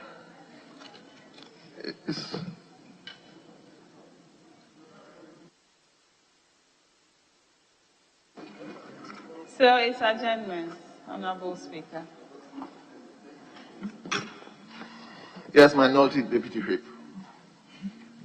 Mr. Speaker, we are in your hands.